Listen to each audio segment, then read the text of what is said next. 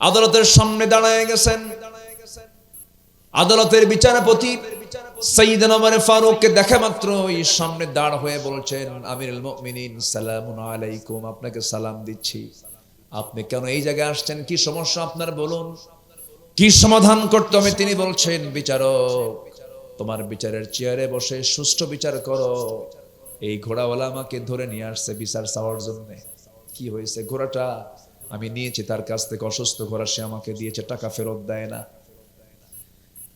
এবার ওই ঘোড়াওয়ালার মুখ থেকে শুনলেন, দুই পক্ষের মুখ থেকেই বিস্তারিত শোনার পর এবার সেই বিচারকের চেয়ারে থাকা বিচারক কাজী শুরাইহ ইবনুল হারিস আল কিন্দি রাহিমাহুল্লাহ, দীর্ঘদিন তিনি বিচারকের দায়িত্ব পালন করেছেন। দুই খলিফার আমলে সাইয়েদনা ওমর, সাইয়েদনা আলী পর্যন্ত তিনি বিচার কার্য চালিয়েছেন।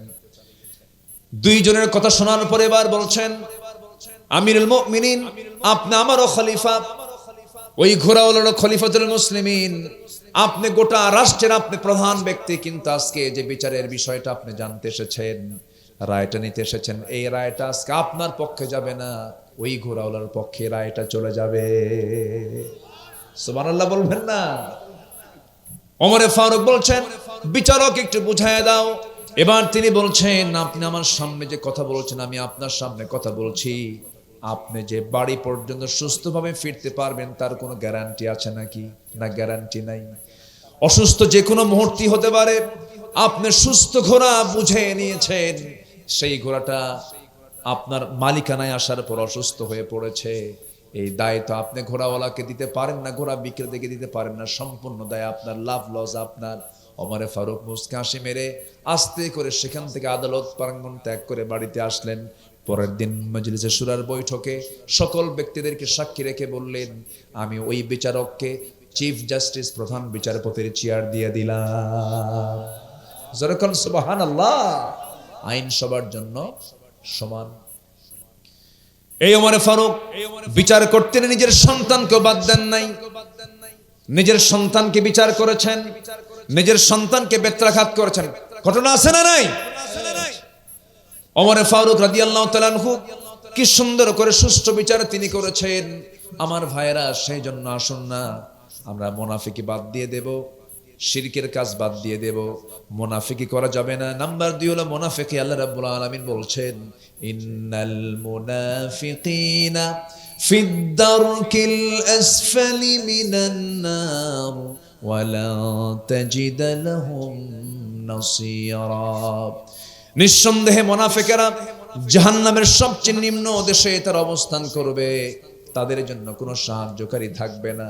আমার বন্ধুগণ, মুনাফিকরা কিন্তু মেধাবী হয়, মুনাফিকরা কিন্তু অনেক বড় শিক্ষিত হয়। আছে না? আছে না? আছে না? আছে না?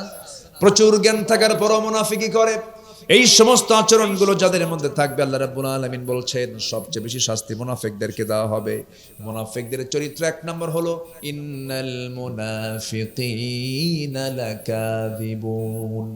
নিঃসন্দেহে মুনাফিকরা হলো সবচেয়ে বড় মিথ্যুক, এরাই সবচেয়ে বড় মিথ্যা কথা বলে। আমার বন্ধুগণ, মুনাফিকের আলামত হলো 4টা।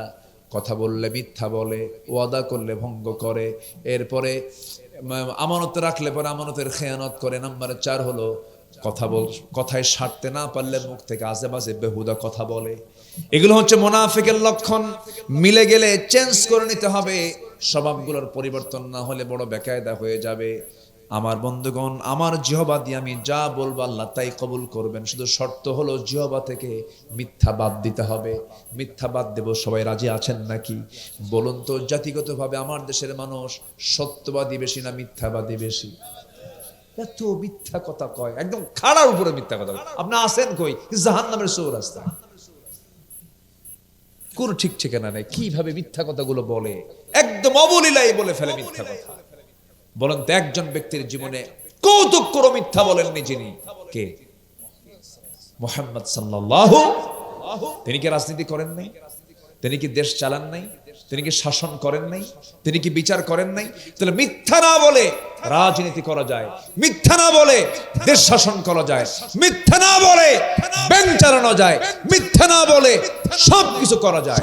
কিন্তু আমার দেশের ম্যাক্সিমাম জায়গায়, সব জায়গায় চলছে হলো মিথ্যার রাজত্ব। ঠিক কিনা বলেন?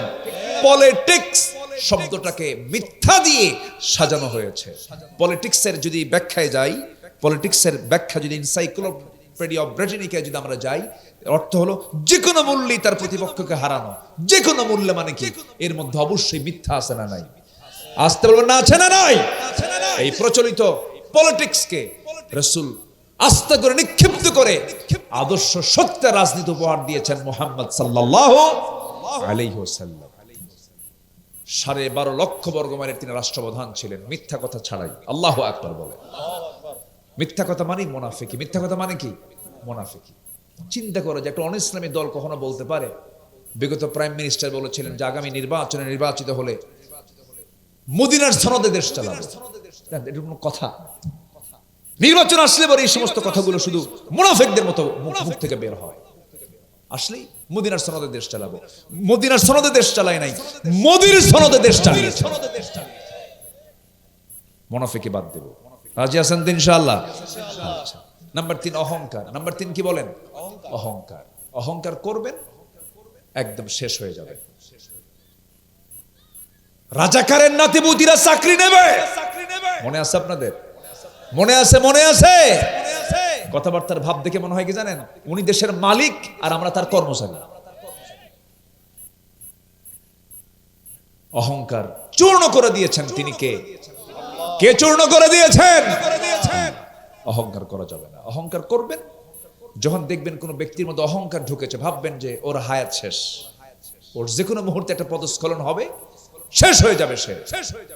বিনয় মানুষকে অনেক দূর পর্যন্ত পৌঁছায় দেয়, অনেক উপরে উঠায় দেয়। আর অহংকার মুহূর্তের মধ্যে ভূমিকম্পের মতো একদম জিরো বানায় দেয়। আমরা অহংকারী হব না বিনয়ী হব? বিনয়ী না অহংকারী? বিনয়ী হবে। বিনয়টা বিশাল বড় যোগ্যতা। বিনয় হচ্ছে যোগ্যতা, আর অহংকার হলো অযোগ্যতা, মূর্খতা। অহংকার বান্দার জন্য মানায় না। সম্মানিত ভাইয়েরা, অহংকার করতে কোনো লাগে না, পরিশ্রম লাগে না। বিনয় হতে পরিশ্রম লাগে, ধৈর্য আনতে পরিশ্রম লাগে, রাগ করতে কোনো পরিশ্রম করা লাগে না। রাগ হচ্ছে জঙ্গল। রাগ কি? জঙ্গল। আর ধৈর্য হচ্ছে বাগান। বাগানে লেবার দিতে হয়, পরিশ্রম করতে হয়, মেহনত করতে হয়। আর জঙ্গল না গেলে এমনি জঙ্গল হয়ে যায়। আমরা জঙ্গল হব না বাগান হব? রাগ না ধৈর্য? অহংকার না বিনয়? বিনয়। আল্লাহর পছন্দের বান্দার 1 নম্বর তালিকা আল্লাহ পাক রেখেছেন। আমার পছন্দের বান্দা তারাই হবে যারা বিনয়ী হবে, হাসি মুখে কথা বলবে, কারো সম্মান নিয়ে, ইজ্জত নিয়ে কথা বলবেন। আল্লাহু আকবার বলেন। আল্লাহ রাব্বুল আলামিন বলেন, وعباد الرحمن الذين يمشون على الأرض هونا وإذا خاطبهم الجاهلون قالوا سلاما। আল্লাহর পছন্দের বান্দা তারাই যারা জমিনে চলাফেরা করতে গেলে বিনয়ের সঙ্গে চলাফেরা করে এবং মূর্খর সামনে পেলে পরে মূর্খর সঙ্গে তর্কে যায় না, সালাম দিয়ে সেখান থেকে বিদায় নেয়। ইমানদারদের কথা বেশি হবে না কম হবে? বলেন বলেন। কথা হবে কম, কাজ হবে বেশি, আমল হবে বেশি। কিন্তু এই বিষয়গুলো আসবে কখন? বান্দার মধ্যে এই গুণগুলো তখনই আসবে যখন জাতির মধ্যে সেই জ্ঞানগুলো ঢুকানো হবে। কোরআন নামক এই নূরটা যদি আলোকিত যদি হয়ে যায়, সমাজ কোরআনের নূর দিয়া সমাজটা জান্নাতের টুকরা হয়ে যাবে। সন্তান কলেজে পড়ে, সন্তান ভার্সিটিতে পড়ে, সমস্যা নাই। আপনার সন্তান কলেজে যাক, আপনার সন্তান ভার্সিটিতে পড়ুক, আপনার সন্তান ডাক্তার হোক, ইঞ্জিনিয়ার হোক, সমস্যা নেই। সবচেয়ে বড় আপত্তি হলো আপনার সন্তান তো নামাজটা পড়ার যোগ্যতা রাখে না। ঠিক কিনা বলেন? আপনার সন্তানকে সবার আগে দিতে হবে কিসের জ্ঞান? যেমন কিসের জ্ঞান? তাহলে কোরআন আপনার সন্তানকে বিনয়ী বানাবে, অহংকার মুক্ত করবে, তাকে আল্লাহর আনুগত্যশীল বান্দা হিসেবে তাকে গড়ে তুলবে। এই জন্য আপনার সন্তানকে আপনি যা বানান বানান, আপনি পরে বানান ডাক্তার, ইঞ্জিনিয়ার, জজ, প্রশাসক, মেজর, নেতা, যা বানান, ডিসিএসপি, যা বানান বানান, সমস্যা নাই। কিন্তু প্রথম সবকটা দিতে হবে কি? প্রথম সবকটা কি দিতে হবে?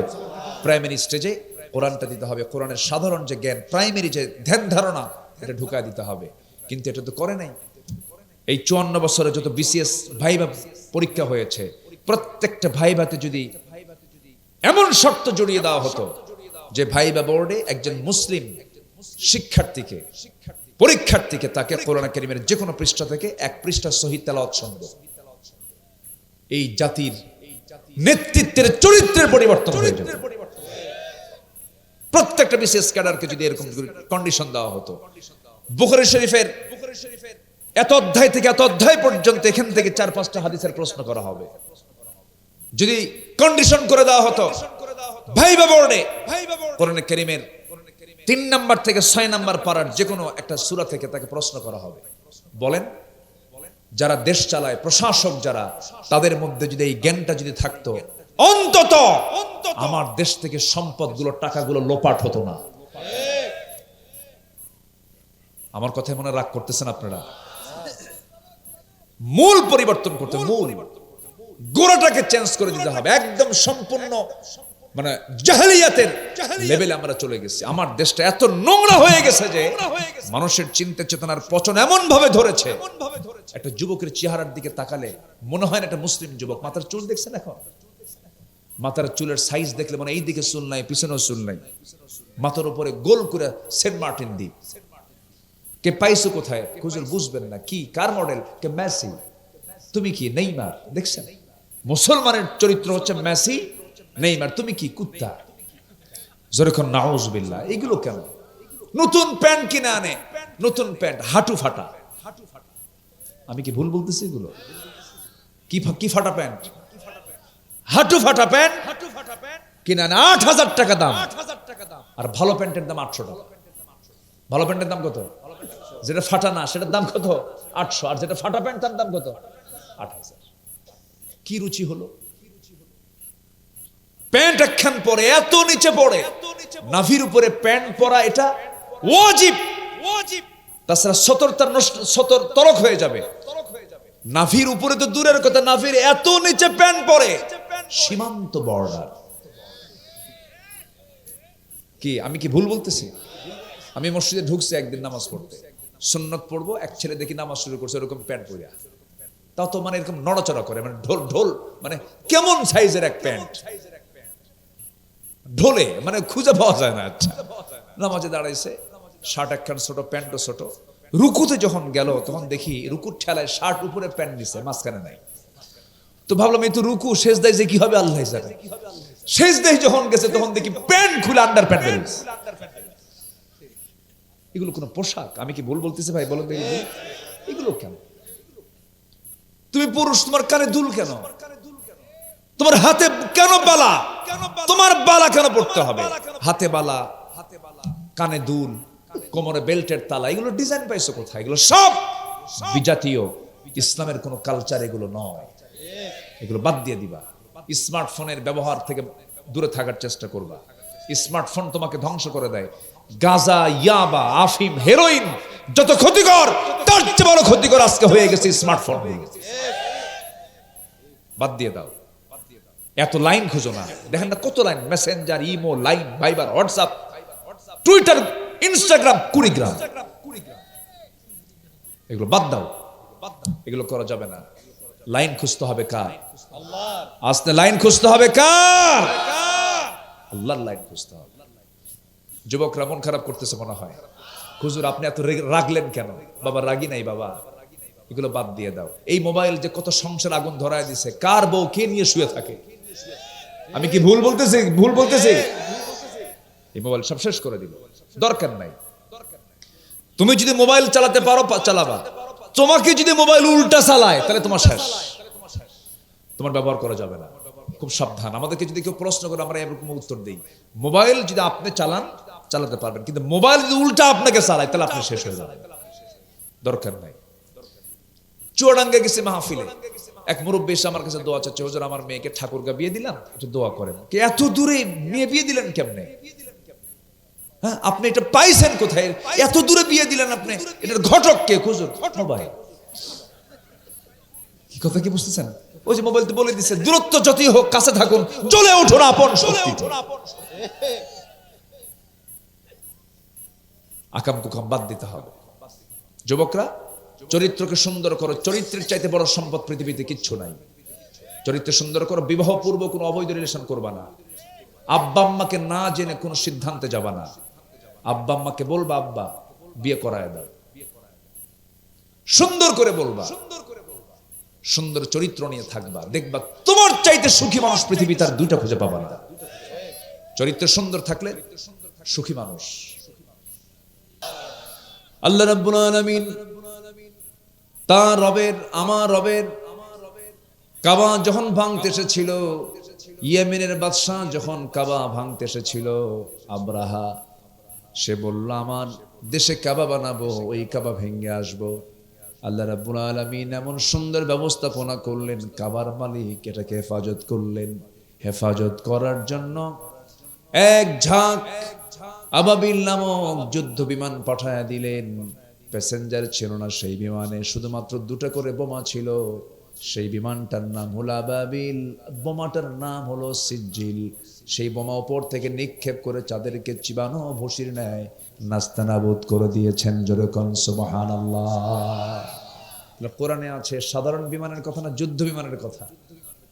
যুদ্ধ বিমান, সেই যুদ্ধ বিমান ১৫০০ বছর আগে রাসূলকে জানায় দিচ্ছেন, তারমিহিম, নিক্ষেপ করা হলো সেখান থেকে বোমাগুলো হস্তি বাহিনীর উপরে, যারা হাতির বাহিনী নিয়ে কাবা ভাঙতে এসেছিল। সম্মানিত ভাইরা, বোমা নিক্ষেপণ পদ্ধতি, যুদ্ধ বিমানের পরিকল্পনা সব আল্লাহ পাক কত আগে কোরআনে আল্লাহ পাক জানিয়ে দিয়েছেন। সুবহানাল্লাহ বলবেন না তো কেউ? এই কোরআন এমন কিছু তথ্য দেয় যা পৃথিবীর কোথাও এই তথ্যগুলো পাবেন না। যেরকম সুবহানাল্লাহ। এই পাখিগুলো আকাশে ওড়ে। এই পাখিগুলো, কিছু পাখি আছে, প্যারেগ্রিন ফ্যালকন নামক একটা পাখি আছে, যে পাখি আকাশে 400 কিলোমিটার বেগে ঘন্টায় উড়ে। ঘন্টায় 400 কিলোমিটার। কল্পনা করা যায় একটা পাখি ঘন্টায় 400 কিলোমিটার সে উঠতেছে আকাশে। তার তো লাঞ্চ ব্লাস্ট হয়ে যাওয়ার কথা, লাঞ্চ ফেটে যাওয়ার কথা তার গতি অনুযায়ী, কিন্তু তা না। আল্লাহ রাব্বুল আলামিন সেই পাখির মধ্যে প্রযুক্তি সেট করেছেন। কি মেশিন সেট করেছেন চিন্তা করা যায়? নাকের ভিতরে একটা শক্ত হাড়ের ট্যাপ লাগিয়েছেন।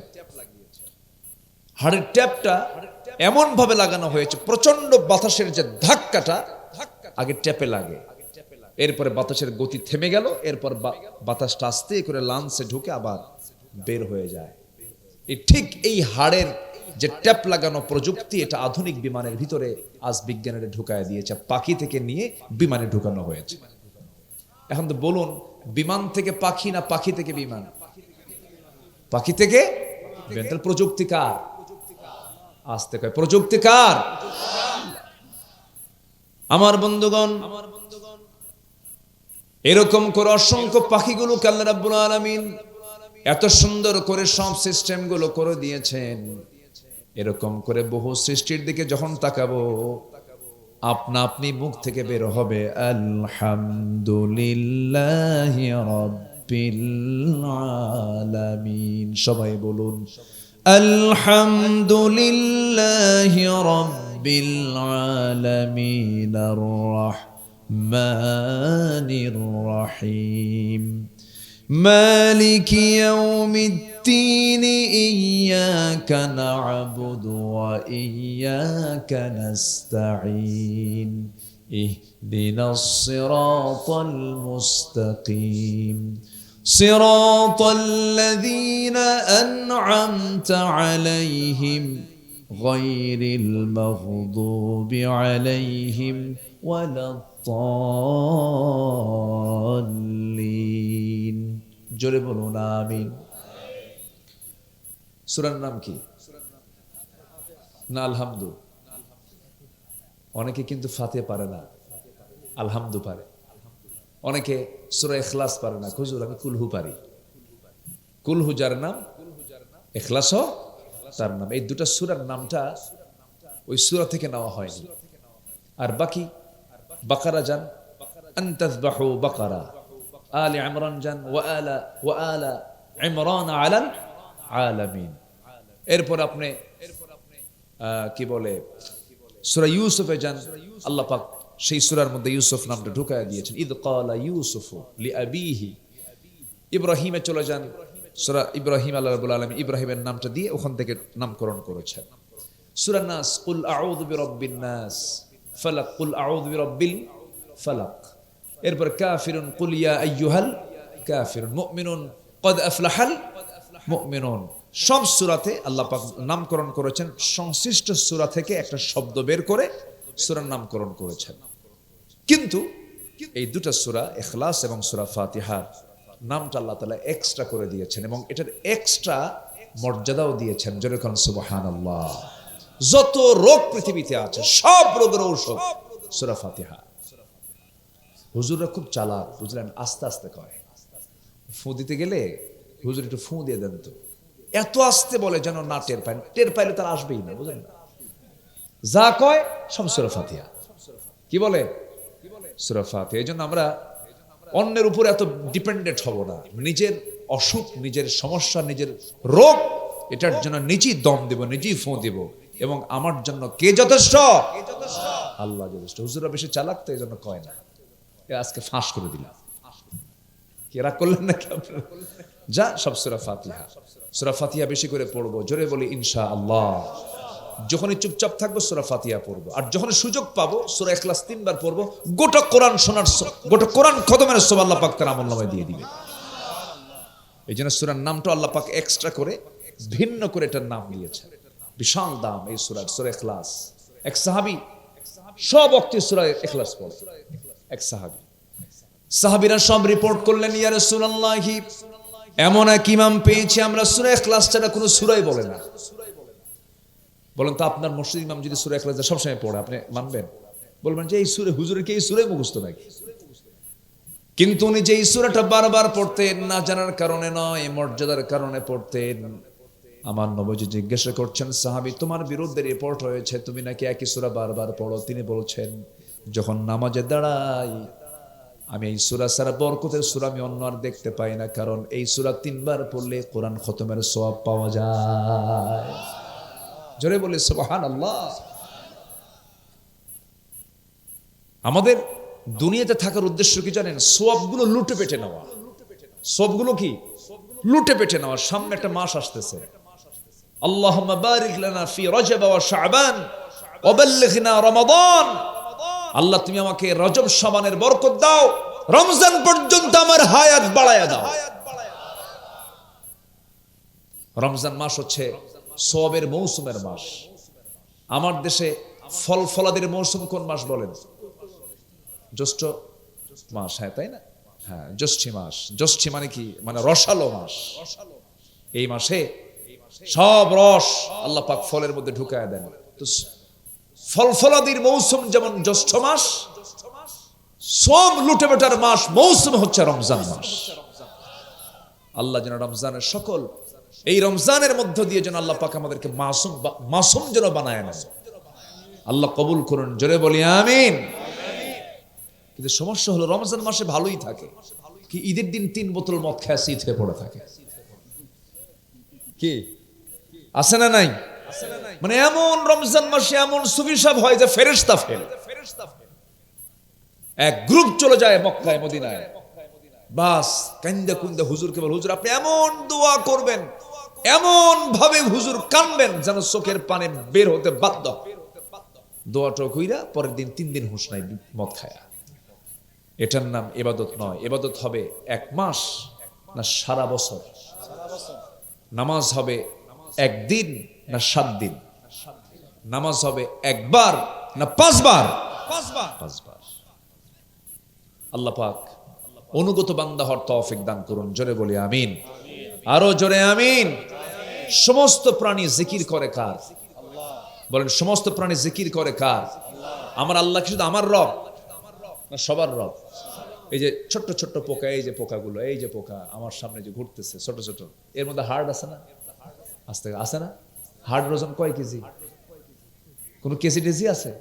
এর মধ্যে দেখেন এই ছোট্ট একটা পোকা, মশা। এই মশা, এটা একটা বিশাল প্রযুক্তি।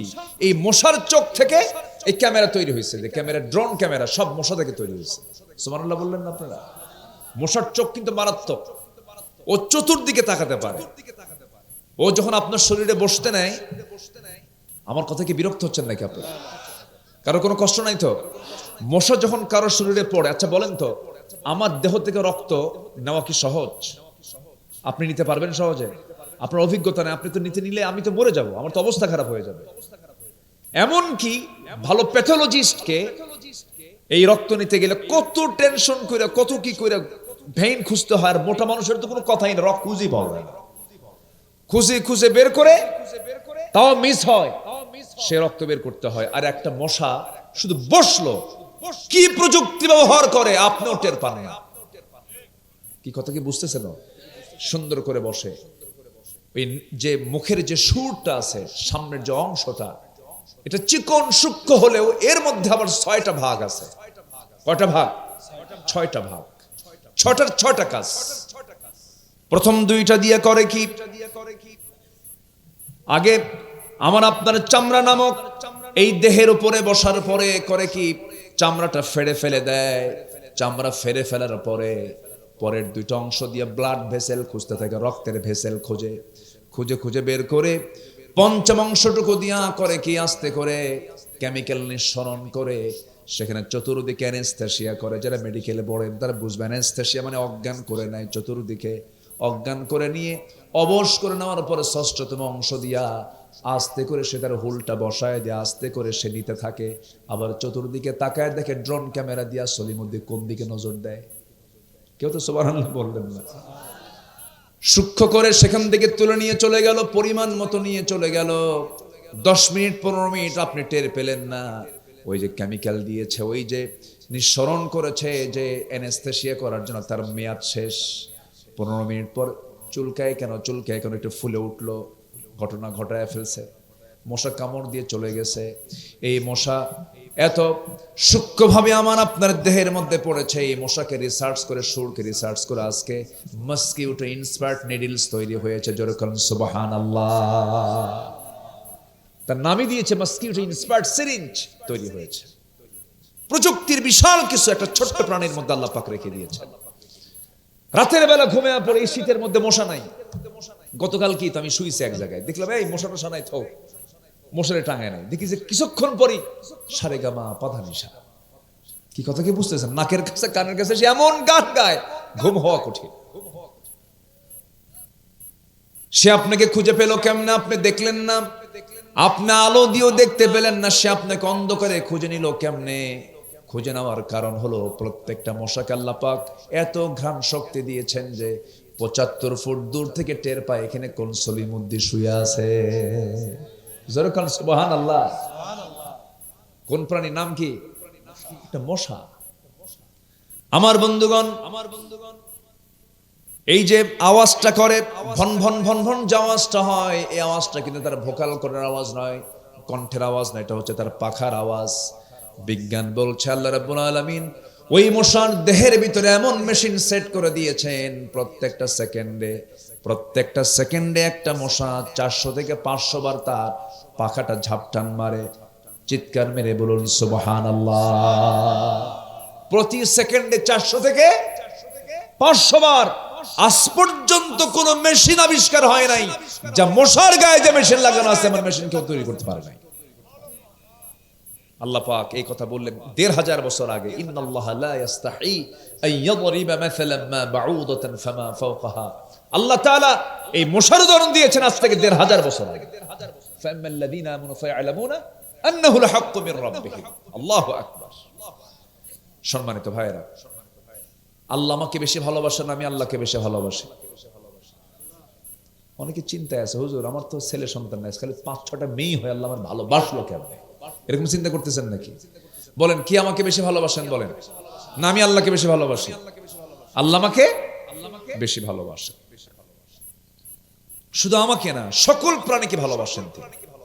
একটা পাখি সেই সাইপ্রাস থাকে, সাইবেরিয়ান দ্বীপপুঞ্জ কোথায়, বিশাল শীত, শুধু তাপমাত্রা তো নাই, -15-20 পর্যন্ত মাইনাসে চলে আসে। কোন মানে সেখানে তাপই নাই। ওই এলাকার মানুষগুলো না হয় বসবাস করার জন্য বিভিন্ন মাধ্যম খুঁজে বের করে, কিন্তু একটা পাখি, অসহায় পাখি, সে বাঁচবে কেমনে? এই পাখিটা বাঁচার উপায় কি? বসেন, যাবেন নাকি? কোনো প্রস্তুতি নাই, বসেন।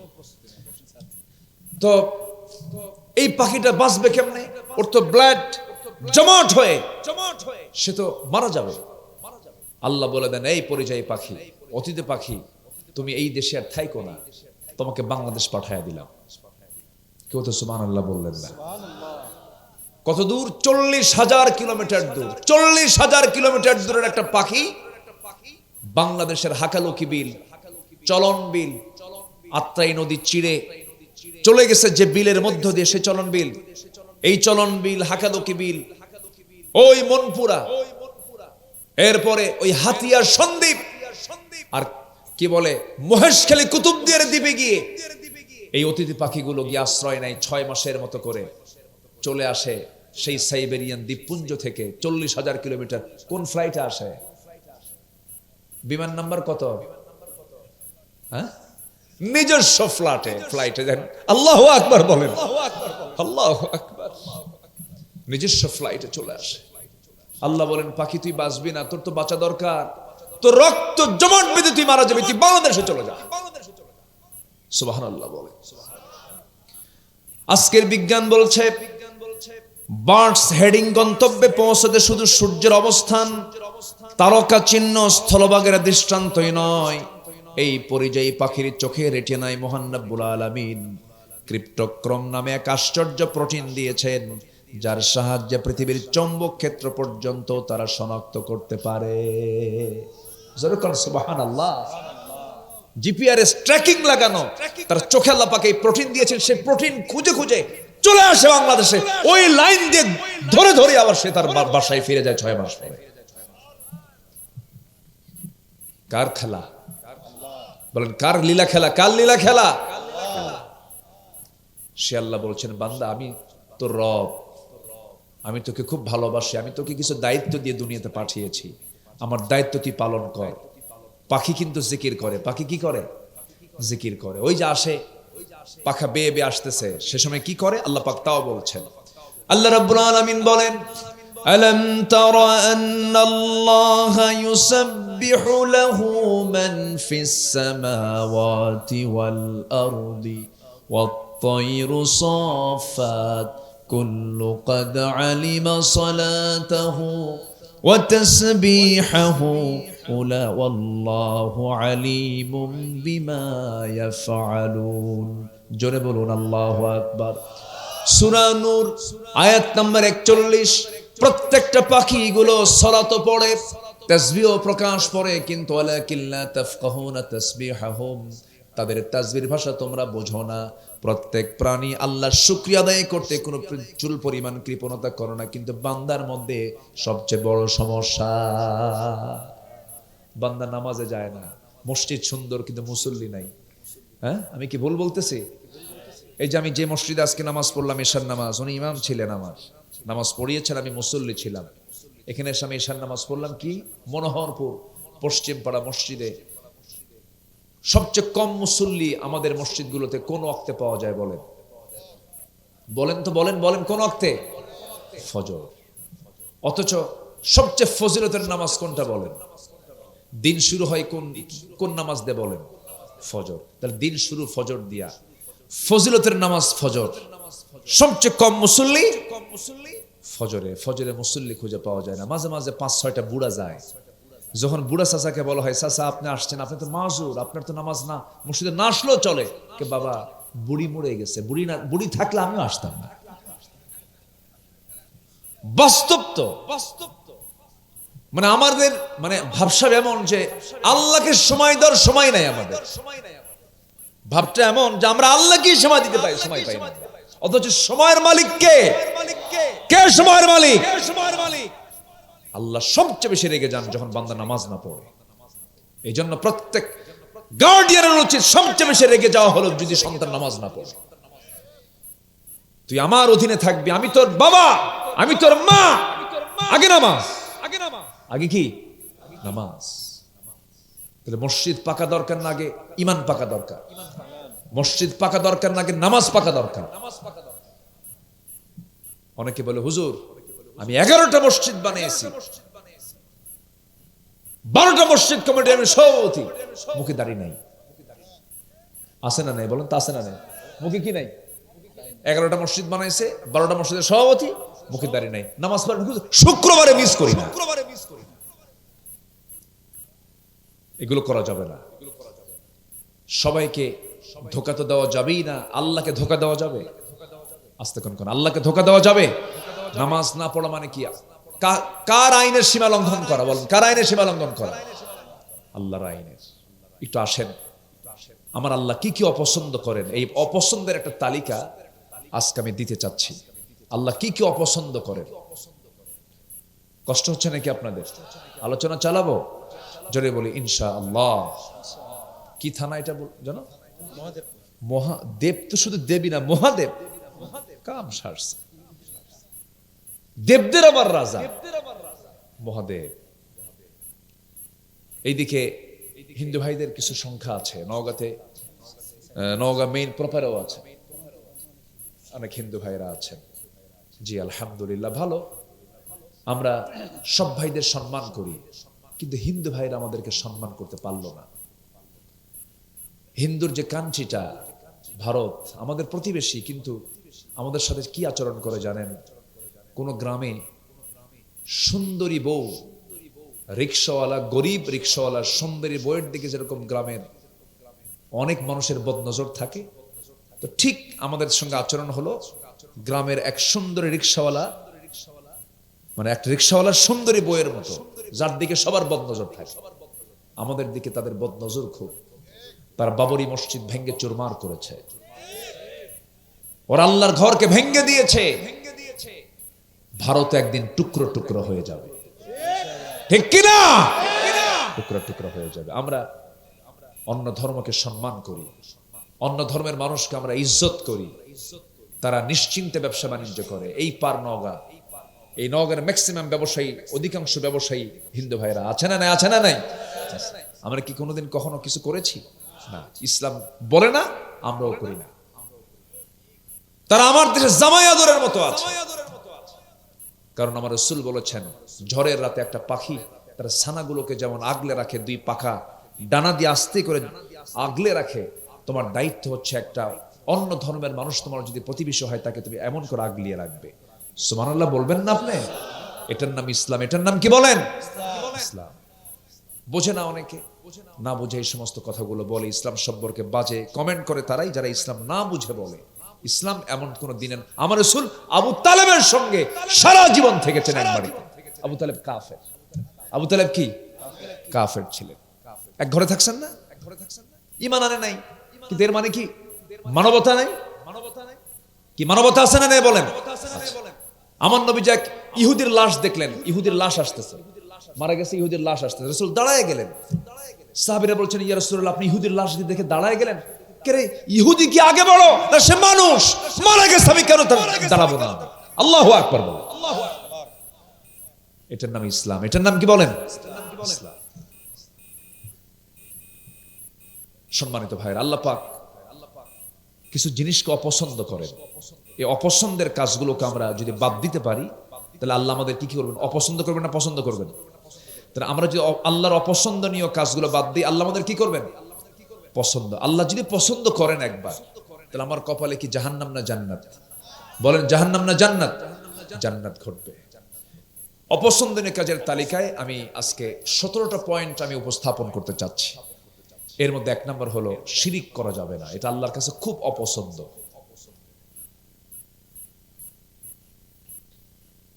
শিরিক এটা বিশাল একটা আলোচনা। শনিবারে বাঁশ কাটা যাবে না, সকালবেলা বাকি দেওয়া যাবে না, মঙ্গলবারে বিয়ে হওয়া যাবে না, এরপরে বিয়ের দিন বৃষ্টি হলে সারা জীবন ওর চোখের পানি ফুরাবে না। আছে কিনা বলেন? আচ্ছা, ট্রাকের পিছনে ছেঁড়া জুতা লাগানো। আমি একদিন এক ট্রাকের ড্রাইভারকে বললাম, প্রায় ট্রাকের পিছনে ছেঁড়া জুতা লাগান দেখি, ব্যাপারটা কি? বদনজর থেকে বাঁচানোর জন্য। কাঁঠাল গাছের ডালে গরুর দাঁত লাগানো। আছে কিনা বলেন? আছে কিনা বলেন? দাঁত লাগাইছে কেন? কাঁঠাল যেন মিস না হয়, কাঁঠাল যেন মিস না হয়। চোখে অঞ্জলি ওঠে। চোখে কি ওঠে? ওই যে খুব ব্যথা করে। এটাকে এলাকায় কি বলে? এটা সারার জন্য কি করে জানেন? কিছু কিছু এলাকায় চালু আছে। কি বলেন? কি কি কি করে? ঠেকান লাগে। কি যেন ঠেকায়, কোটে ঠেকাও, ঠিক হয়ে যায়। কোন এগুলো পাইছে যে কোথায় আল্লাহ জানে। এই রাখি কি ঠেকায়? এই তো হচ্ছে অবস্থা। এগুলো পাইছেন কোথায়? ম্যাক্সিমাম বাচ্চার কপালে এই কোনায় একটা কালো টিপ লাগায় লাগায় না। এখন কমছে অবশ্য, হয়তো আমাকেও দিছে, আমারও দিছে, আপনারও দিছে। এগুলো তো দিছে, আমার বিশ্বাস এগুলো দিছে। এগুলো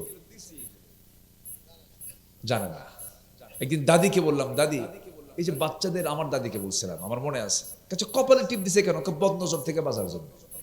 কে পাইছো কোথায় এটা? আমার মায়ের থেকে পাইছে। এটা মায়ের হাদিস আর দাদির হাদিস, কিন্তু আসল হাদিসে নাই। এগুলো শিরক, এগুলো বিশ্বাস করা যাবে না। এগুলো বিশ্বাস করলে তার স্পষ্ট শিরক হবে।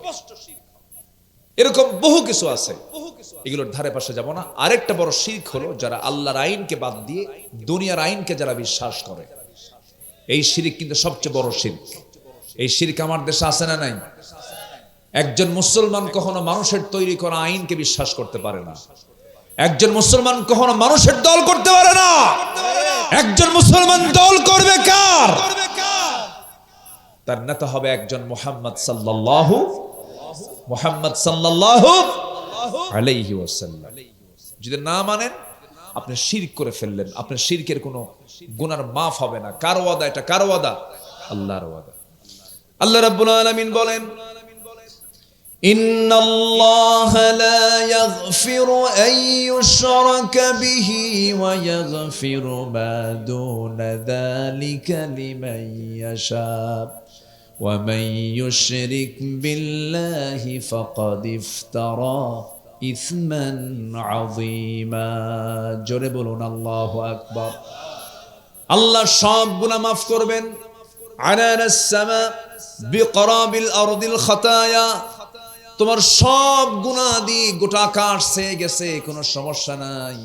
আল্লাহ তুশরিক বি শাইআন, আমার কাছে শিরিক মুক্ত হয়ে চলে আসো, আমি তোমাকে সব গুনাহ মাফ করে জান্নাত দিয়ে দেব। জোরে কোন সুবহানাল্লাহ। সব গুনাহ একদিকে আর শিরকের গুনাহ একদিকে, কোনটার ওজন বেশি হবে? শিরকের গুনাহ। এই গুনাহ আমরা করব না। জোরে বলি ইনশাআল্লাহ। মানুষের দল করব না, আল্লাহর দল করব। কোন মানুষের দল করব না, নবীর দল করব। নবীর দল। আমরা নবীপন্থী হব। আমরা নবীওয়ালার দল করব, ঠিক কিনা? এটা যেন মনে থাকে, খুব গুরুত্বপূর্ণ কথা। কিন্তু মাহফিল আসলে সব সুবিশাপ হয়ে যায়, কিন্তু মাহফিল থেকে বের হলে বিড়ি খাওয়া ছাড়ে না। কে আসতে কন কেন? আমরা ঠিক হয়ে যাব। জোরে বলি ইনশাআল্লাহ। বসছি আমরা। আজকে 17টা অপছন্দনীয় যদি আমরা কাজ ছেড়ে দেই, আল্লাহ পাক আমাকে পছন্দ করে জান্নাত দিয়ে দিবেন। 1 নাম্বার চলে গেল শিরক। আমরা কেউ করব না। শিরকের ব্যাখ্যা অনেক ব্যাখ্যা আছে। যাবে না, আপনারা থাকবেন না ইনশাআল্লাহ। কেউ কি দোয়া না করে যাবেন? এলাকায় দোয়া আছে না? সেদিন এক মাহফিলে গেছে, বলে হুজুর কোন ক্রমে দোয়া করা যাবে না। বললাম কেন? হুজুর এই যদি দোয়া করেন তাহলে মারামারি শুরু হবে। রংপুরে মিঠাপুকুর এক মাহফিল ছিল, তো বলতেছে হুজুর দোয়া করবেন না মাহফিলে, দয়া করে শেষে দোয়া করবেন না। কেন? দোয়া করলে মারামারি শুরু হবে। কি একটা কালচার! আমার দেশে যে কত বিচিত্রতা আছে, বিচিত্র মানুষ আমার দেশে। আল্লাহ তুমি সকল ফিতনা থেকে জাতিকে হেফাজত করো। জোরে বলি আমিন। একটা লোক আমরা নড়বো না। সবাই থাকবেন তো ইনশাআল্লাহ? আলোচনার ছন্দপতন না হোক, বৃহত্তর স্বার্থের দিকে তাকিয়ে। আপনি মেহমান হয়ে এসেছেন, এই জন্য আমি আলোচনাকে স্থগিত করছি না, আলোচনা চালিয়ে যাচ্ছি। আমরা শেষ পর্যন্ত, দোয়া পর্যন্ত আমরা থাকবো। জোরে বলি ইনশাআল্লাহ। শিরকের কাছে আমরা যাব না। 1 নাম্বার 2, মুনাফিকি করব না। মুনাফিকি আছে কি? মুনাফিকি কাকে বলে জানেন? কথা বলছে একটা, করছে আরেকটা। এরকম লোক তো মনে হয় মহাদেবপুরে মিলবেই না। মহাদেবপুরে আছে, এরকম আছে। আর এরকম ফাঁকিবাজ সবচাইতে বেশি ফাঁকি দিয়েছে এই দেশের জনগণকে 54 বছরে যারা ক্ষমতায় ছিল তারা। আমরা এত ফাঁকিতে পড়ছি ভাই। শেষের যে সরকারটা ছিল 16 বছর, ওরে আল্লাহ, এটা যে কি ছিল। এক বুড়া চাচা আমারে বলতেছে, বাবা এই না মরা পর্যন্ত হবে না বাবা। কি কথা কি বুঝতেছেন? আমি বললাম, চাচা চিন্তা করেন না চাচা, যেখানে আমাদের দেওয়াল পিঠে ঠেকে যাবে, আমাদের পিঠ যখন দেয়ালে ঠেকে যাবে, আল্লাহর সাহায্য এমনি আসবে। আসে নাই? আমরা যা চিন্তাই করি নাই আল্লাহ পাক ঘটায় দিয়েছে। আসতে কোন কেন? আল্লাহ পারেন কিনা বলেন? কি দাপট, কি তার প্রভাব। কিছু হইলে কয় ওসি সাহেব, কি কি ঠিক কিনা, ঠিক কিনা? থানার না, গ্রামের সবচাইতে মানে ছোটখাটো একটা ছেলে, যাক দেখলে পছন্দই হয় না, ও হুমকি আতিপাতি, ও বলে ডিসি সাহেবকে আমি ফোন দেব। আছে না নাই বলেন? তোরা কই মাহফিলে মঞ্চে এসে যে বেয়াদবি গুলো করেছে, আজকে দেখেন মঞ্চে লোক নাই। মঞ্চ তো শুধু আলেমদের জন্য হওয়া উচিত। সেদিন কুমিল্লা দেবিদ্দার একটা মাহফিল ছিল, মঞ্চে আমি ছাড়া কেউ নাই, শুধু আমি একা বসে আছি। সব মানুষ সামনে, গেস্ট যারা আছে সব নিচে চেয়ার টেয়ার দিছে, মঞ্চে শুধু একটা চেয়ার, একটা টেবিল, মাইক, আমাকে বসে রাখছে। সামনে হাজার হাজার মানুষ, মঞ্চে কোনো লোক নাই। বললাম এই রহস্য কেন? হুজুর ওই মঞ্চে শুধু আপনার কাজ, আর কারো কাম নাই, শুধু সবাই শো করবে, আমি আসি। নিয়ত ভালো। বললাম তোমাদের ধন্যবাদ যে তোমরা এই চেহারা দেখানোর জন্য এখানে আর বসতে দাও নাই। ঠিক আছে, নিচেই থাকো। কি ঠিক কিনা বলেন? নেতাগুলো আসতো, বসতো, বসেই বলতো হুজুর দুনিয়া নিয়ে কোনো অস করবেন না, যা অস করবেন আকাশ নিয়ে আর কবর নিয়ে, দুনিয়া আমরা দেখে নেব, মদ খাবো আমরা, দোয়া করে দিবেন আপনার। এত পাক্কা দুষ্ট এগুলো। সে মোষগুলো দেখছেন ওদের? মোষ আর ঠোঁট দেখলে মনে হয় শয়তান দেখতে ওই রকম। মোষ ঠোঁট সমান, মোষও কালো, ঠোঁটও কালো। মোষ 2.5 ইঞ্চি, ঠোঁট 2 ইঞ্চি, মোট 5 ইঞ্চি, শুধু কালো আর কালো।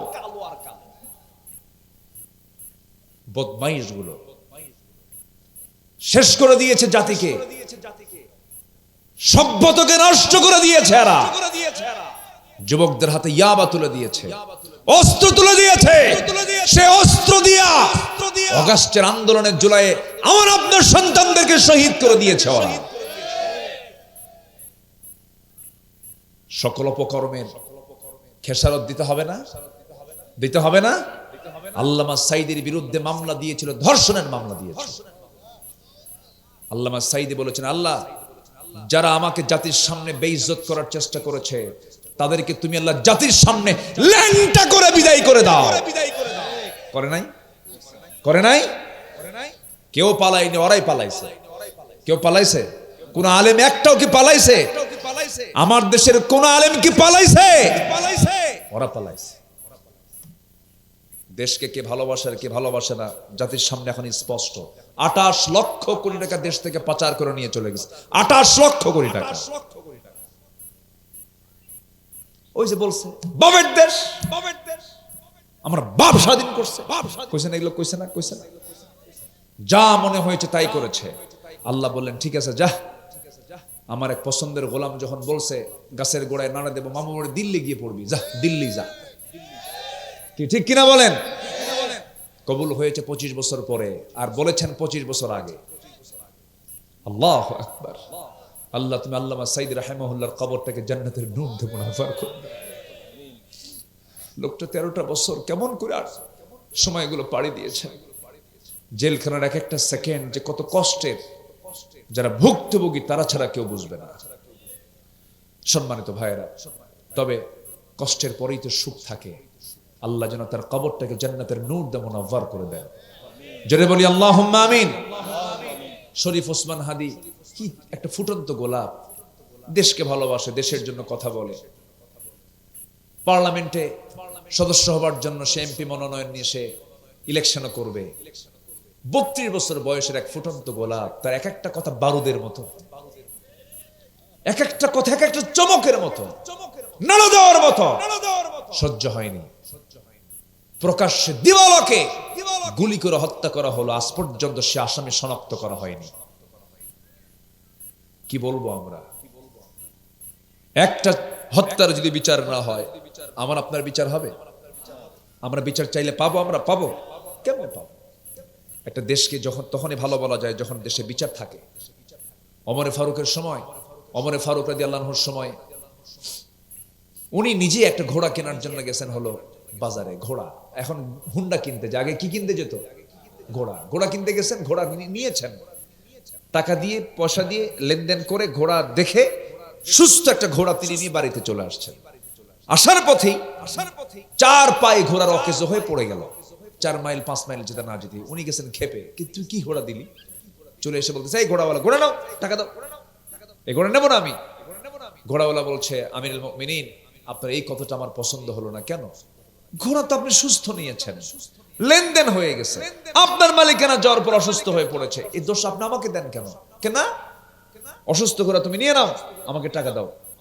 এখন ঘোড়াওয়ালা বলছে, দেখেন আপনার কথাও ঠিক আছে, আমার কথাও ঠিক আছে, চলুন আমরা আদালতে যাই। কোথায় যাই? কাকে বলতেছে? বলেন কোন লোকটাকে? কোন লোকটাকে? সাধারণ কোন লোক? 40টা রাষ্ট্র চালান তিনি, 40টা রাষ্ট্র। সেই লোককে এক ঘোড়া বিক্রেতা বলতেছে চলেন আদালতে যাই। সাইয়েদনা ওমর ফারুক বলেন, ঠিক আছে চলো আদালতে যাই। কিচ্ছু করার নাই, আইন সবার জন্য সমান। আদালতের সামনে দাঁড়ায় গেছেন। আদালতের বিচারপতি সাইয়েদনা ওমর ফারুককে দেখা মাত্র এই সামনে দাঁড় হয়ে বলছেন, আমিরুল মুমিনিন সালামুন আলাইকুম, আপনাকে সালাম দিচ্ছি।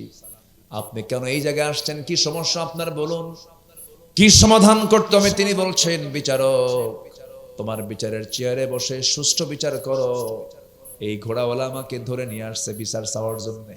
কি হয়েছে? ঘোড়াটা আমি নিয়েছি তার কাছ থেকে, অসুস্থ ঘোড়া, সে আমাকে দিয়েছে, টাকা ফেরত দেয় না। এবার ওই ঘোড়াওয়ালার মুখ থেকে শুনলেন, দুই পক্ষের মুখ থেকেই বিস্তারিত শোনার পর এবার সেই বিচারকের চেয়ারে থাকা বিচারক কাজী শুরাইহ ইবনুল হারিস আল কিন্দি রাহিমাহুল্লাহ, দীর্ঘদিন তিনি বিচারকের দায়িত্ব পালন করেছেন। 2 খলিফার আমলে সাইয়েদনা ওমর, সাইয়েদনা আলী পর্যন্ত তিনি বিচার কার্য চালিয়েছেন। 2 জনের কথা শোনার পরে এবার বলছেন, আমিরুল মুমিনিন, আপনি আমারও খলিফা, ওই ঘোড়াওয়ালারও খলিফাতুল মুসলিমিন, আপনি গোটা রাষ্ট্রের আপনি প্রধান ব্যক্তি, কিন্তু আজকে যে বিচারের বিষয়টা আপনি জানতে এসেছেন, রায়টা নিতে এসেছেন, এই রায়টা আজকে আপনার পক্ষে যাবে না, ওই ঘোড়াওয়ালার পক্ষে রায়টা চলে যাবে। সুবহানাল্লাহ বলবেন না? ওমরে ফারুক বলছেন, বিচারক একটু বুঝায় দাও।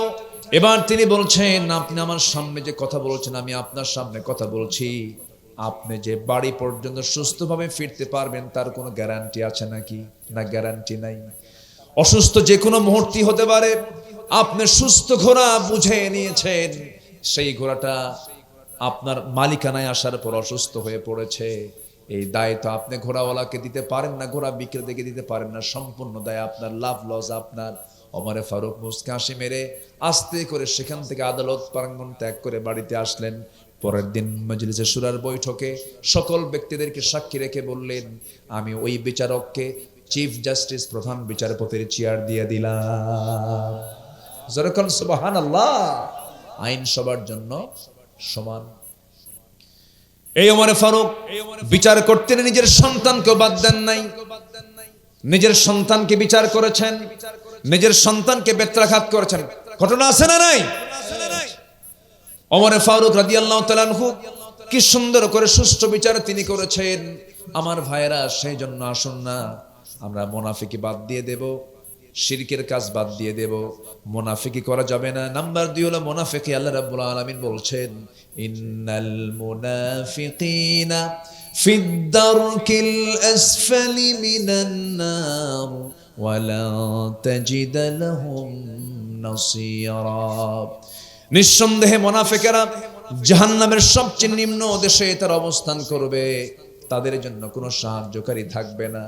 আমার বন্ধুগণ, মুনাফিকরা কিন্তু মেধাবী হয়, মুনাফিকরা কিন্তু অনেক বড় শিক্ষিত হয়। আছে না? আছে না? আছে না? আছে না? প্রচুর জ্ঞান থাকার পরও মুনাফিকি করে। এই সমস্ত আচরণগুলো যাদের মধ্যে থাকবে আল্লাহ রাব্বুল আলামিন বলছেন সবচেয়ে বেশি শাস্তি মুনাফিকদেরকে দেওয়া হবে। মুনাফিকদের চরিত্র এক নম্বর হলো ইন্নাল মুনাফিকিনা লাকাযিবুন। নিঃসন্দেহে মুনাফিকরা হলো সবচেয়ে বড় মিথ্যুক, এরাই সবচেয়ে বড় মিথ্যা কথা বলে। আমার বন্ধুগণ, মুনাফিকরা আলামত হলো চারটা। কথা বললে মিথ্যা বলে, ওয়াদা করলে ভঙ্গ করে, এরপরে আমানত রাখলে পরে আমানতের খেয়ানত করে। নাম্বার 4 হলো কথায় সারতে না পারলে মুখ থেকে আজে বাজে বেহুদা কথা বলে। এগুলো হচ্ছে মুনাফিকের লক্ষণ। মিলে গেলে চেঞ্জ করে নিতে হবে, স্বভাবগুলোর পরিবর্তন না হলে বড় বেকায়দা হয়ে যাবে। আমার বন্ধুগণ, আমার জিহবা দিয়ে আমি যা বলবো আল্লাহ তাই কবুল করবেন, শুধু শর্ত হলো জিহবা থেকে মিথ্যা বাদ দিতে হবে। মিথ্যা বাদ দেব, সবাই রাজি আছেন নাকি বলুন তো? জাতিগতভাবে আমার দেশের মানুষ সত্যবাদী বেশি না মিথ্যাবাদী বেশি? এত মিথ্যা কথা কয়, একদম খাড়ার উপরে মিথ্যা কথা। আপনি আছেন কই? জাহান্নামের চৌরাস্তা, কোন ঠিক ঠিকানা নেই। কিভাবে মিথ্যা কথাগুলো বলে, একদম অবলীলায় বলে ফেলে মিথ্যা কথা। বলেন তো, একজন ব্যক্তির জীবনে কৌতুক করে মিথ্যা বলেননি যিনি? কে? মুহাম্মদ সাল্লাল্লাহু। তিনি কি রাজনীতি করেন নাই? তিনি কি দেশ চালান নাই? তিনি কি শাসন করেন নাই? তিনি কি বিচার করেন নাই? তাহলে মিথ্যা না বলে রাজনীতি করা যায়, মিথ্যা না বলে দেশ শাসন করা যায়, মিথ্যা না বলে ব্যাংক চালানো যায়, মিথ্যা না বলে সবকিছু করা যায়। কিন্তু আমার দেশের ম্যাক্সিমাম জায়গায়, সব জায়গায় চলছে হলো মিথ্যার রাজত্ব। ঠিক কিনা বলেন? পলিটিক্স শব্দটাকে মিথ্যা দিয়ে সাজানো হয়েছে। পলিটিক্সের যদি ব্যাখ্যায় যাই, পলিটিক্সের ব্যাখ্যা যদি এনসাইক্লোপিডিয়া অফ ব্রিটানিকা যদি আমরা যাই, অর্থ হলো যে কোনো মূল্যে তার প্রতিপক্ষকে হারানো। যে কোনো মূল্যে মানে কি? এর মধ্যে অবশ্যই মিথ্যা আছে না নাই? আসতে বলবেন না, আছে না নাই? এই প্রচলিত পলিটিক্সকে রাসূল আস্থা করে নিক্ষিপ্ত করে আদর্শ সত্যের রাজনীতি উপহার দিয়েছেন মুহাম্মদ সাল্লাল্লাহু আলাইহি ওয়াসাল্লাম। 12.5 লক্ষ বর্গমাইলের তিনি রাষ্ট্রপ্রধান ছিলেন, মিথ্যা কথা ছাড়াই। আল্লাহু আকবার বলে। মিথ্যা কথা মানে মুনাফিকি। মিথ্যা কথা মানে কি? মুনাফিকি। চিন্তা করো যে একটা অনিসলামী দল কখনো বলতে পারে? বিগত প্রাইম মিনিস্টার বলেছিলেন যে আগামী নির্বাচনে নির্বাচিত হলে মদিনার সনদে দেশ চালাবো। এটা কোনো কথা? নির্বাচন আসলে পরে এই সমস্ত কথাগুলো শুধু মুনাফিকদের মতো মুখ থেকে বের হয়। আসলেই মদিনার সনদে দেশ চালাবো। মদিনার সনদে দেশ চালাই নাই, মোদির সনদে দেশ চালিয়েছে। মুনাফিকি বাদ দেব। রাজি আছেন তো ইনশাআল্লাহ? আচ্ছা, নাম্বার 3 অহংকার। নাম্বার 3 কি বলেন? অহংকার। অহংকার করবেন, একদম শেষ হয়ে যাবে। রাজাকারের নাতিপুতিরা চাকরি নেবে, মনে আছে আপনাদের? মনে আছে? মনে আছে? কথাবার্তার ভাব দেখে মনে হয় কি জানেন? উনি দেশের মালিক আর আমরা তার কর্মচারী। অহংকার চূর্ণ করে দিয়েছেন তিনি। কে? কে চূর্ণ করে দিয়েছেন? অহংকার করা যাবে না। অহংকার করবেন যখন দেখবেন কোন ব্যক্তির মধ্যে অহংকার ঢুকেছে, ভাববেন যে ওর হায়াত শেষ, ওর যে কোনো মুহূর্তে একটা পদস্খলন হবে, শেষ হয়ে যাবে সে। বিনয় মানুষকে অনেক দূর পর্যন্ত পৌঁছায় দেয়, অনেক উপরে উঠায় দেয়। আর অহংকার মুহূর্তের মধ্যে ভূমিকম্পের মতো একদম জিরো বানায় দেয়। আমরা অহংকারী হব না বিনয়ী হব? বিনয়ী না অহংকারী? বিনয়ী হবে। বিনয়টা বিশাল বড় যোগ্যতা। বিনয় হচ্ছে যোগ্যতা, আর অহংকার হলো অযোগ্যতা, মূর্খতা। অহংকার বান্দার জন্য মানায় না। সম্মানিত ভাইয়েরা, অহংকার করতে কোনো লাগে না, পরিশ্রম লাগে না। বিনয়ী হতে পরিশ্রম লাগে, ধৈর্য আনতে পরিশ্রম লাগে, রাগ করতে কোনো পরিশ্রম করা লাগে না। রাগ হচ্ছে জঙ্গল। রাগ কি? জঙ্গল। আর ধৈর্য হচ্ছে বাগান। বাগানে লেবার দিতে হয়, পরিশ্রম করতে হয়, মেহনত করতে হয়। আর জঙ্গল না গেলে এমনি জঙ্গল হয়ে যায়। আমরা জঙ্গল হব না বাগান হব? রাগ না ধৈর্য? অহংকার না বিনয়? বিনয়। আল্লাহর পছন্দের বান্দার 1 নম্বর তালিকা আল্লাহ পাক রেখেছেন। আমার পছন্দের বান্দা তারাই হবে যারা বিনয়ী হবে, হাসি মুখে কথা বলবে, কারো সম্মান নিয়ে, ইজ্জত নিয়ে কথা বলবেন। আল্লাহু আকবার বলেন। আল্লাহ রাব্বুল আলামিন বলেন, وعباد الرحمن الذين يمشون على الأرض هونا وإذا خاطبهم الجاهلون قالوا সালামা। আল্লাহর পছন্দের বান্দা তারাই যারা জমিনে চলাফেরা করতে গেলে বিনয়ের সঙ্গে চলাফেরা করে এবং মূর্খর সামনে পেলে পরে মূর্খর সঙ্গে তর্কে যায় না, সালাম দিয়ে সেখান থেকে বিদায় নেয়। ইমানদারদের কথা বেশি হবে না কম হবে? বলেন বলেন। কথা হবে কম, কাজ হবে বেশি, আমল হবে বেশি। কিন্তু এই বিষয়গুলো আসবে কখন? বান্দার মধ্যে এই গুণগুলো তখনই আসবে যখন জাতির মধ্যে সেই জ্ঞানগুলো ঢুকানো হবে। কোরআন নামক এই নূরটা যদি আলোকিত যদি হয়ে যায়, সমাজ কোরআনের নূর দিয়া সমাজটা জান্নাতের টুকরা হয়ে যাবে। সন্তান কলেজে পড়ে, সন্তান ভার্সিটিতে পড়ে, সমস্যা নাই।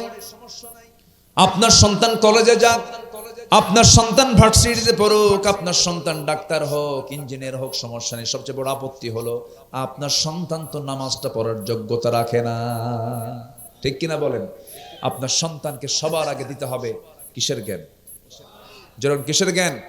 তাহলে কোরআন আপনার সন্তানকে বিনয়ী বানাবে, অহংকার মুক্ত করবে, তাকে আল্লাহর আনুগত্যশীল বান্দা হিসেবে তাকে গড়ে তুলবে। এই জন্য আপনার সন্তানকে আপনি যা বানান বানান, আপনি পরে বানান ডাক্তার, ইঞ্জিনিয়ার, জজ, প্রশাসক, মেজর, নেতা, যা বানান, ডিসিএসপি, যা বানান বানান, সমস্যা নাই। কিন্তু প্রথম সবকটা দিতে হবে কি? প্রথম সবকটা কি দিতে হবে? প্রাইমারি স্টেজে কোরআনটা দিতে হবে। কোরআনের সাধারণ যে জ্ঞান, প্রাইমারি যে ধ্যান ধারণা, এটা ঢুকায় দিতে হবে। কিন্তু এটা তো করে নাই। এই 54 বছরে যত বিসিএস ভাইভা পরীক্ষা হয়েছে, প্রত্যেকটা ভাইভাতে যদি এমন শর্ত জড়িয়ে দেওয়া হতো যে ভাইভা বোর্ডে একজন মুসলিম শিক্ষার্থীকে, পরীক্ষার্থীকে, তাকে কোরআন কারীমের যে কোনো পৃষ্ঠা থেকে এক পৃষ্ঠা সহিহ তেলাওয়াত শুনবে, এই জাতির নেতৃত্বের চরিত্রের পরিবর্তন হয়ে যেত। প্রত্যেকটা বিসিএস ক্যাডারকে যদি এরকম কন্ডিশন দেওয়া হতো, বুখারী শরীফের এত অধ্যায় থেকে এত অধ্যায় পর্যন্ত এখান থেকে 4-5টা হাদিসের প্রশ্ন করা হবে, যদি কন্ডিশন করে দেওয়া হতো ভাইভা বোর্ডে কোরআন কারীমের 3 নাম্বার থেকে 6 নাম্বার পারার যে কোনো একটা সূরা থেকে তাকে প্রশ্ন করা হবে। বলেন, যারা দেশ চালায়, প্রশাসক যারা, তাদের মধ্যে যদি এই জ্ঞানটা যদি থাকতো, অন্তত আমার দেশ থেকে সম্পদগুলো, টাকাগুলো লোপাট হতো না। আমার কথায় মনে রাগ করতেছেন আপনারা? মূল পরিবর্তন করতে, মূল গোড়াটাকে চেঞ্জ করে দিতে হবে। একদম সম্পূর্ণ মানে জাহেলিয়াতের লেভেলে আমরা চলে গেছি। আমার দেশটা এত নোংরা হয়ে গেছে যে মানুষের চিন্তা চেতনার পচন এমন ভাবে ধরেছে, একটা যুবকের চেহারার দিকে তাকালে মনে হয় না একটা মুসলিম যুবক। মাথার চুল দেখছেন এখন? মাথার চুলের সাইজ দেখলে মানে এই দিকে চুল নাই, পিছনেও চুল নাই, মাথার উপরে গোল করে সেন্ট মার্টিন দ্বীপ। কে পাইছো কোথায়? হুজুর বুঝবেন না। কি, কার মডেল? কে মেসি। তুমি কি নেইমার? দেখছেন? মুসলমানের চরিত্র হচ্ছে মেসি, নেইমার। তুমি কি কুত্তা? যেরকম নাউজুবিল্লাহ। এগুলো কেন? নতুন প্যান্ট কিনে আনে, নতুন প্যান্ট হাঁটু ফাটা। আমি কি ভুল বলতেছি? এগুলো কি ফাটা প্যান্ট, হাঁটু ফাটা প্যান্ট কিনে আনে, 8,000 টাকা দাম। আর ভালো প্যান্টের দাম 800 টাকা। ভালো প্যান্টের দাম কত? যেটা ফাটা না সেটার দাম কত? 800। আর যেটা ফাটা প্যান্ট তার দাম কত? 8,000। কি রুচি হলো? প্যান্ট একখান পরে এত নিচে পড়ে, নাভির উপরে প্যান্ট পরা এটা ওয়াজিব। তাছাড়া সতর তরক হয়ে যাবে। নাভির উপরে তো দূরের কথা, নাভির এত নিচে প্যান্ট পরে, সীমান্ত বর্ডার। কি আমি কি ভুল বলতেছি? আমি মসজিদে ঢুকছি একদিন নামাজ পড়তে, সুন্নত পড়বো, এক ছেলে দেখি নামাজ শুরু করছে এরকম প্যান্ট পরিয়া। তাও তো মানে এরকম নড়াচড়া করে, মানে ঢোল ঢোল, মানে কেমন সাইজের এক প্যান্ট, ঢোলে মানে খুঁজে পাওয়া যায় না। নামাজে দাঁড়াইছে, শার্ট একখান ছোট, প্যান্টও ছোট। রুকুতে যখন গেল তখন দেখি রুকুর ঠেলায় শার্ট উপরে, প্যান্ট নিছে, মাঝখানে নাই। তো ভাবলাম এই তো রুকু, সেজদায় যে কি হবে আল্লাহ জানে। সেজদায় যখন গেছে তখন দেখি প্যান্ট খুলে আন্ডার প্যান্ট বেরিয়েছে। এগুলো কোন পোশাক? আমি কি ভুল বলতেছি ভাই? বলো দেখি, এগুলো কেন? তুমি পুরুষ, তোমার কানে দুল কেন? তোমার হাতে কেন বালা? তোমার বালা কেন পড়তে হবে? হাতে বালা, কানে দুল, কোমরে বেল্টের তালা, এগুলো ডিজাইন পাইছো কোথায়? এগুলো সব বিজাতীয়, ইসলামের কোন কালচার এগুলো নয়। এগুলো বাদ দিয়ে দিবা। স্মার্টফোনের ব্যবহার থেকে দূরে থাকার চেষ্টা করবা। স্মার্টফোন তোমাকে ধ্বংস করে দেয়। গাঁজা, ইয়াবা, আফিম, হেরোইন যত ক্ষতিকর তার চেয়ে বড় ক্ষতিকর আজকে হয়ে গেছে স্মার্টফোন। বাদ দিয়ে দাও, এত লাইন খুঁজো না। দেখেন না কত Line, Messenger, imo, Line, Viber, WhatsApp, Twitter, Instagram, Kurigram, এগুলো বাদ দাও, এগুলো করা যাবে না। লাইন খুঁজতে হবে কার? আস্তে লাইন খুঁজতে হবে কার?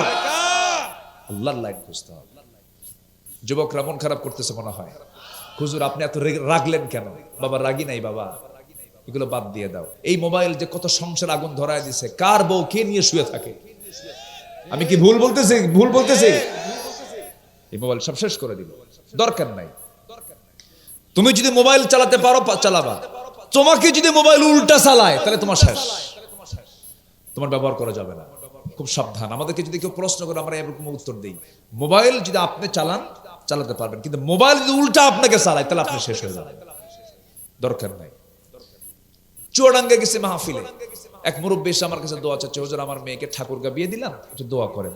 এত দূরে মেয়ে বিয়ে দিলেন কেমনে? হ্যাঁ, আপনি এটা পাইছেন কোথায়? এত দূরে বিয়ে দিলেন আপনি, এটার ঘটক কে? হুজুর মোবাইল। কি কথা কি বুঝতেছেন?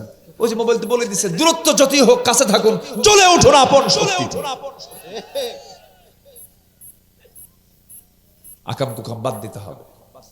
যুবকরা চরিত্রকে সুন্দর করো, চরিত্রের চাইতে বড় সম্পদ পৃথিবীতে কিচ্ছু নাই। চরিত্র সুন্দর করো, বিবাহ পূর্ব কোনো অবৈধ রিলেশন করবা না, আব্বা আম্মাকে না জেনে কোনো সিদ্ধান্তে যাবা না। আব্বা আম্মাকে বলবা আব্বা বিয়ে করায় দাও, সুন্দর করে বলবা, সুন্দর চরিত্র নিয়ে থাকবা, দেখবা তোমার চাইতে সুখী মানুষ পৃথিবী তার দুইটা খুঁজে পাবা না। চরিত্র সুন্দর থাকলে সুখী মানুষ। সম্মানিত ভাইয়েরা, বন্ধু কখনো খারাপ নির্বাচন করবা না, বন্ধু হবে আল্লাহওয়ালা, যার দিকে তাকালে আখিরাতের কথা মনে হয় সেটা হবে তোমার বন্ধু। দেখবে যে তোমার কিসমত খুলে গেছে, তুমি খুব প্রশান্তি নিয়ে আছো।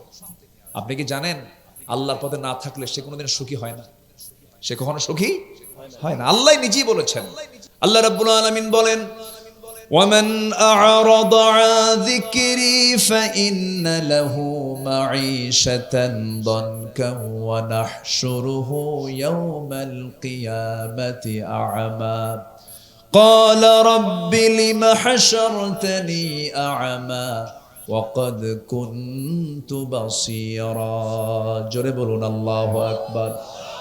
আমার জিকির থেকে, আমার স্মরণ থেকে, আল্লাহ বলছেন আমার স্মরণ থেকে যে বান্দা, আমার কালাম থেকে, আমার কোরআন থেকে যে বান্দা নিজেকে গুটিয়ে রাখবে, আমি তার জন্য দুনিয়ার জীবনকে সংকীর্ণ করে দেব। দুনিয়ায় সে সুখ পাবে না, টাকা আছে সুখ নাই, বউ আছে ঘরে সন্তান শান্তি নাই, সন্তান আছে সন্ত্রাস, বেয়াদব, কোথাও সে শান্তি পাবে না। কারণ যে ঘরে জিকির থাকে না সেই ঘরে শান্তি থাকে না। আমি আল্লাহর কসম করে বলছি, যেই বাড়িতে কোরআন তেলাওয়াতের দিন শুরু হবে, ওই বাড়িটা হয়ে যাবে দুনিয়ার বুকে একটা জান্নাতের টুকরা। সুন্দর করে পরিবেশ গোছায় নেন, বাচ্চাদেরকে দ্বীনমুখী করেন, ইসলামমুখী করে নেন, দেখবেন পরিবারটা জান্নাতের টুকরা হয়ে গেছে। ইসলাম অনুশাসন মেনে চলার চেষ্টা করুন। আমার বন্ধুগণ, ডিপ অ্যাটেনশন গ্রেবার দিয়ে আল্লাহ রাব্বুল আলামিন এক জায়গায় বলছেন, আলা বিযিক্রিল্লাহি তাতমাইন্নুল কুলুব, সাবধান সাবধান, আমার জিকিরটা একমাত্র বান্দাকে হৃদয়ে প্রশান্তি আনতে পারে। জোরে কোন সুবহানাল্লাহ। আল্লাহর জিকিরে একমাত্র বান্দার হৃদয়ে প্রশান্তি আনতে পারে। কিচ্ছু ভালো লাগে না তোমার, অস্থির দুনিয়া, মরতে ইচ্ছা হয়, বহু কিছু হয়, সব কিছু বাদ দিয়া কয়েকটা দিন, কয়েকটা রাত নিরিবিলি ঘরের মধ্যে একাকী বসে তুমি একটু সেজদায় পড়ে 10 মিনিট, 20 মিনিট, 30 মিনিট সেজদায় পড়ে আল্লাহর কাছে চোখের পানি ফেলে যায় নামাজে কান্দো। আল্লাহর কসম করে বললাম, এর চাইতে প্রশান্তির জায়গা পৃথিবীতে আর দ্বিতীয়টা নাই। আল্লাহর কাছে কান্নাকাটি করো, আল্লাহর কাছে বলো, আল্লাহ সব চাহিদা পূরণ করে দিবেন। আল্লাহ কি দেন নাই সব তো আল্লাহ দিয়ে দিয়েছেন। আমার প্রাণটা আল্লাহর হাতে, আমার চোখটা আল্লাহ চালান, আমার হাতটা আল্লাহ চালান, আমার পাটা আল্লাহ চালান, দুটো কিডনি আল্লাহ চালান, দুটো কিডনি দিয়েছেন তিনি আমার, কে বলেন? মালয়েশিয়ায় গেছে আমার এক বন্ধু, নাম মমিন, প্রচন্ড অসুস্থ। হাতের মধ্যে আমি একটা চাপ দিলাম, দেখি এখানে একটা মেশিন লাগানো। বললাম এখানে মেশিন কেন? বন্ধু আমার কিডনি দুটো অকেজো হয়ে গেছে। কোটি কোটি টাকার মালিক, বলে বন্ধু আমার আল্লাহ যদি সব সম্পদ নিয়ে নিত, যদি আমার কিডনি দুটো ফেরত দিত, আমি তাতেই খুশি হয়ে যেতাম। আমার বন্ধুগণ সেই সপ্তাহে 4 দিন হসপিটালে যায় ডায়ালিসিস করার জন্য। ডায়ালিসিস মেশিনটার ওজন হলো 100 কেজি, আর আল্লাহ তাআলা আমার আপনার কিডনি যে ওজনটা দিয়েছেন মাত্র 200 গ্রাম। 200 গ্রাম কিডনিটাই ওই ডায়ালিসিস মেশিনের চাইতে আরো উন্নত। যেরকম সুবহানাল্লাহ। 200 গ্রামের মধ্যে কি আল্লাহ পাক কি সুন্দর করে পদ্ধতি দিয়েছেন, কি সুন্দর করে মেশিন সেট করেছেন, আমার ওজনের সঙ্গে ব্যালেন্স করেছেন। মানুষ যেটা বানাইছে 100 কেজি, আল্লাহ যেটা বানাইছেন 200 গ্রাম। যদি এমনটা হতো, বান্দা তোকে দুনিয়াতে পাঠিয়ে দিলাম, 6 মাস পরে কিডনি পাঠাবো আসমান থেকে, ওজন হলো 100 কেজি, 100 কেজি, 200 কেজি, ধানের বস্তা নিবেন না কিডনির বস্তা নিবেন? কি খবর? কত বড় বেকায়দা হয়ে যেত।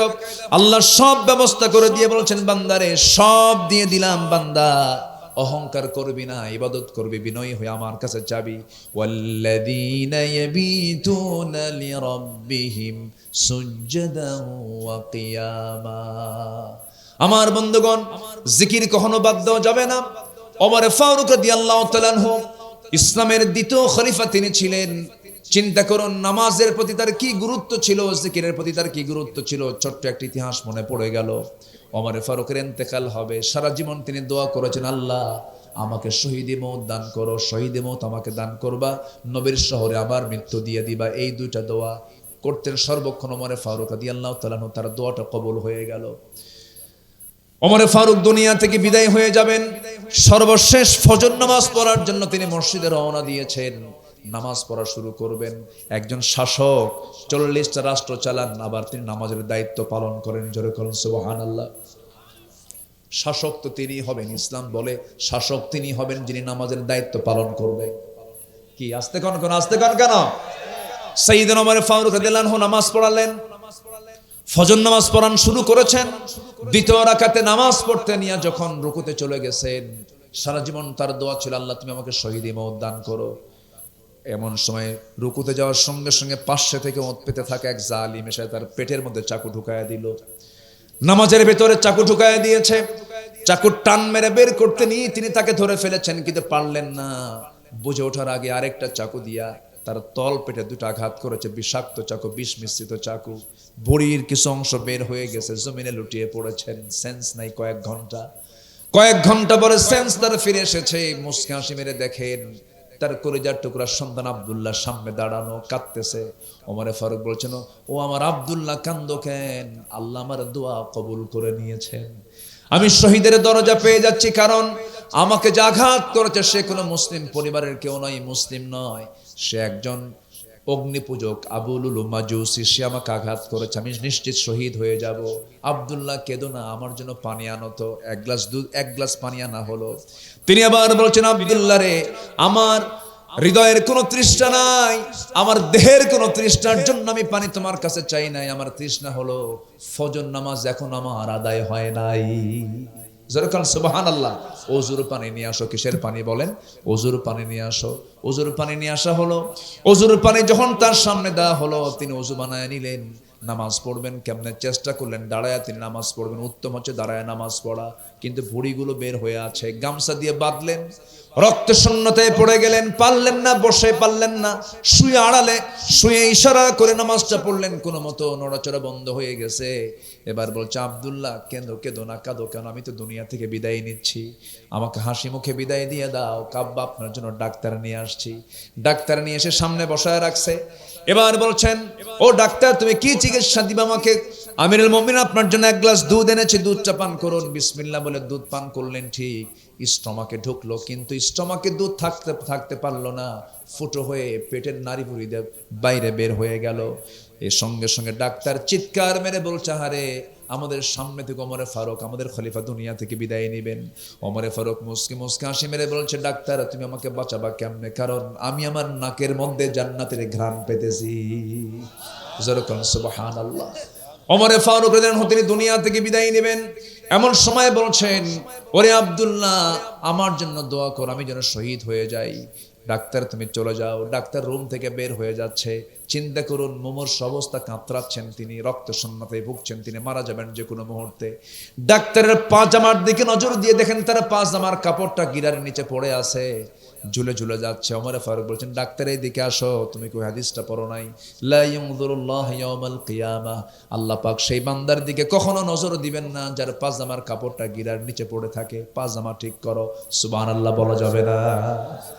ওমর ফারুক রাদিয়াল্লাহু তাআলা আনহু এবারে দুনিয়া থেকে বিদায়ের একদম শেষ মুহূর্তে এসে বলছে, আব্দুল্লাহ, গত 2 বছর আগে আমার বন্ধু আবু বকরকে নবীর সাথে ঘুমা দিলাম, তার লাশটা তার কবরটা তাকে দাফন করা হলো নবীর পাশে। আমার বড় শখ, আমি নবীর পাশে ঘুমাবো, আমার বন্ধুর পাশে ঘুমাবো, কিন্তু জায়গা তো আমার না। আম্মা জানা আয়েশা সিদ্দিকার জায়গা। অতএব আব্দুল্লাহ, তুমি আমার হয়ে একটা প্রস্তাবনা ওই বাড়িতে দিয়ে আসো, আম্মা জানা আয়েশা সিদ্দিকাকে দিয়ে আসো, দেখি তো তিনি আমাকে জায়গাটা দেন কিনা। যখন বলা হলো, বলার সঙ্গে সঙ্গেই আম্মা জানা আয়েশা সিদ্দিকা চোখের পানি ফেলতে ফেলতে বলছেন, আহারে, এমন প্রস্তাব এমন একজন ব্যক্তির পক্ষ থেকে আসছে, আমি আমার নিজস্ব জায়গাটুকু আমি ওমরে ফারুকরে দান করে দিলাম। যেরকম সুবহানাল্লাহ। নবীর কবরের পাশে এখনো কয়জন শুয়ে আছেন বলেন? বলেন বলেন, কয়জন? মোট কয়জন? 3 জন একসাথে শুয়ে আছেন আমার নবী, প্রথম খলিফা, দ্বিতীয় খলিফা। আল্লাহ পাক সবাইকে সেই জায়গায় যাওয়ার তৌফিক দান করুন। জোরে বলি আমিন, আরো জোরে আমিন। 17টা পছন্দনীয় কাজ কেবল চলতেছে। 3 নাম্বার 4 হলো কুফর যারা করবে তারা আল্লাহ রাব্বুল আলামিন তাদেরকে অপছন্দ করবেন। ইন্না শাররাদ দাওয়াব ইনদাল্লাহিল্লাযীনা কাফারু ফাহুম লা ইউমিনুন। জোরে বলুন আল্লাহু আকবার। কুফরি করা যাবে না। কুফরি করলে পরে তার ঠিকানা জাহান্নাম হয়ে যাবে। কুফরি কোন আইনকে মানা যাবে না। নাম্বার 5 হলো রাসূলকে যারা কষ্ট দেবে। ইন্নাল্লাযীনা ইউযুনাল্লাহা ওয়া রাসূলাহু লা'আনাহুমুল্লাহু ফিদ দুনিয়া ওয়াল আখিরাহ ওয়া আ'আদ্দা লাহুম আযাবান মুহিনা। জোরে বলুন আল্লাহু আকবার। নাম্বার 6 হলো অভাবের ভয়ে সন্তানকে যারা হত্যা করে। এমন নরপশু এখনো আছে না নাই? বলেন, আসতে বলবেন না, আছে না নাই? আগে হত্যা করা হতো জন্ম নেওয়ার পরে, জীবন্ত পুঁতে হত্যা করা হতো, আর আজকে হত্যা করা হয় পেটের মধ্যেই অ্যাবর্শন করে। ঠিক কিনা? আছে না? আছে না? আছে না? আছে না? আছে না? কত ভয়ঙ্কর এই দেশে কিছু ঘটনা। আমার কাছে মনে হয় আগে ছিল ওল্ড জাহেলিয়াত, এখন হয়ে গেছে নিউ জাহেলিয়াত। 3 বছরের শিশুকে ধর্ষণ করা হয়। কি শোনেন নাই? এগুলো 3 বছরের শিশু ধর্ষিত হয়েছে, লাশ কবর থেকে তুলে ধর্ষণ করা হয়েছে। হালুয়াঘাটে এক মেয়ে সুইসাইড করেছে, আত্মহত্যা করেছে, লাশ মর্গে আনা হয়েছে ময়না তদন্তের জন্য। সেই মর্গে রাখা লাশকে ধর্ষণ করা হয়েছে। আমরা এই দেশের মানুষ কত নিকৃষ্ট হলে পরে এই চিন্তা লালন হতে পারে। একটা মানুষকে মেরে সাবেক এক এমপি, যদিও অবৈধ এমপি, ঝিনাইদহের কালীগঞ্জের এক এমপি আনার, সে এমপিকে কলকাতায় নিয়ে মাস্টার প্ল্যান করে হত্যা করে, হাড়গুলোকে পৃথক করে, গোশতগুলোকে টুকরো টুকরো করে কমোডের ফ্ল্যাশ করা হয়। মানুষ কতটা ভয়ঙ্কর এবং হিংস্র হতে পারে। আজকে মানুষ হিংস্র জন্তু হায়নাকে দেখে যতটুকু না ভয় পায়, তার চাইতে বেশি ভয় পাচ্ছে হলো মানুষ আজকে মানুষকে দেখে। আমি কি ভুল বলছি? এগুলো সব ঠিক হয়ে যাবে, শুধু কিসের আলো দরকার বলেন? কিসের আলো দরকার? এই আলোটা ব্যক্তির ভিতরে ঢুকাতে হবে, সমাজের মধ্যে ঢুকাতে হবে, রাষ্ট্রে ঢুকাতে হবে, প্রত্যেকটা জায়গায় এই আলোটাকে সামনে ঢুকিয়ে দিতে হবে। দেখবেন যে সব অন্ধকার এমনি দূর হয়েছে, জাহেলিয়াত দূর হয়ে আলো চলে আসছে। সেখানে মানুষের মানবতা প্রতিষ্ঠা পাবে, মানুষের মানবিকতা চলে আসবে, মানুষ ইনসাফ ভিত্তিক চিন্তা লালন করবে। যেটা ভালো ভালো বলবে, যেটা মন্দ মন্দ বলবে, যেটা ন্যায় বলবে, যেটা অন্যায় অন্যায় বলবে। যখন কিসের আলো থাকবে? কোরআনের আলো যখন থাকবে। নাম্বার 7 হচ্ছে অভাব। রিজিকের দায়িত্ব কার বলেন তো? সন্তান হত্যা আল্লাহ পাক এটা মারাত্মক ভাবে বলে দিলেন। এটা যারা করবে, ইন্না কাতলাহুম কানা খিতান কাবীরা ওয়ালা তাকতুলু আওলাদাকুম খাশিয়াতা ইমলাক নাহনু নারযুকুহুম ওয়া ইয়াকুম ইন্না কাতলাহুম কানা খিতান কাবীরা। মারাত্মক গুনাহ এটা। একটা মানুষকে হত্যা করা মানে গোটা পৃথিবীর মানুষকে হত্যা করা। যেরকম নাউযুবিল্লাহ। নাম্বার 7 পিতামাতার সঙ্গে খারাপ আচরণ করা। এরকম লোক তো মনে হয় মহাদেবপুরে নাই। একজন বললো নাই, ওই যে বলছে কি নাই? আছে। ও না মানে আছে। আচ্ছা জি। 2 না হলে কি হয়? 2 না হলে কি হয়? না। আর 2 মা হলে মামা, হ্যাঁ, বিশাল ব্যাপার। আচ্ছা, পিতা মাতার সঙ্গে খারাপ আচরণ করা যাবে? হ্যাঁ, পিতাকে খুন করেছে এমন সন্তান নাই, মাকে খুন করেছে এমন সন্তান নাই, শুধু সম্পত্তির লোভে। আছে কিনা? আছে। এটা মারাত্মক অপরাধ।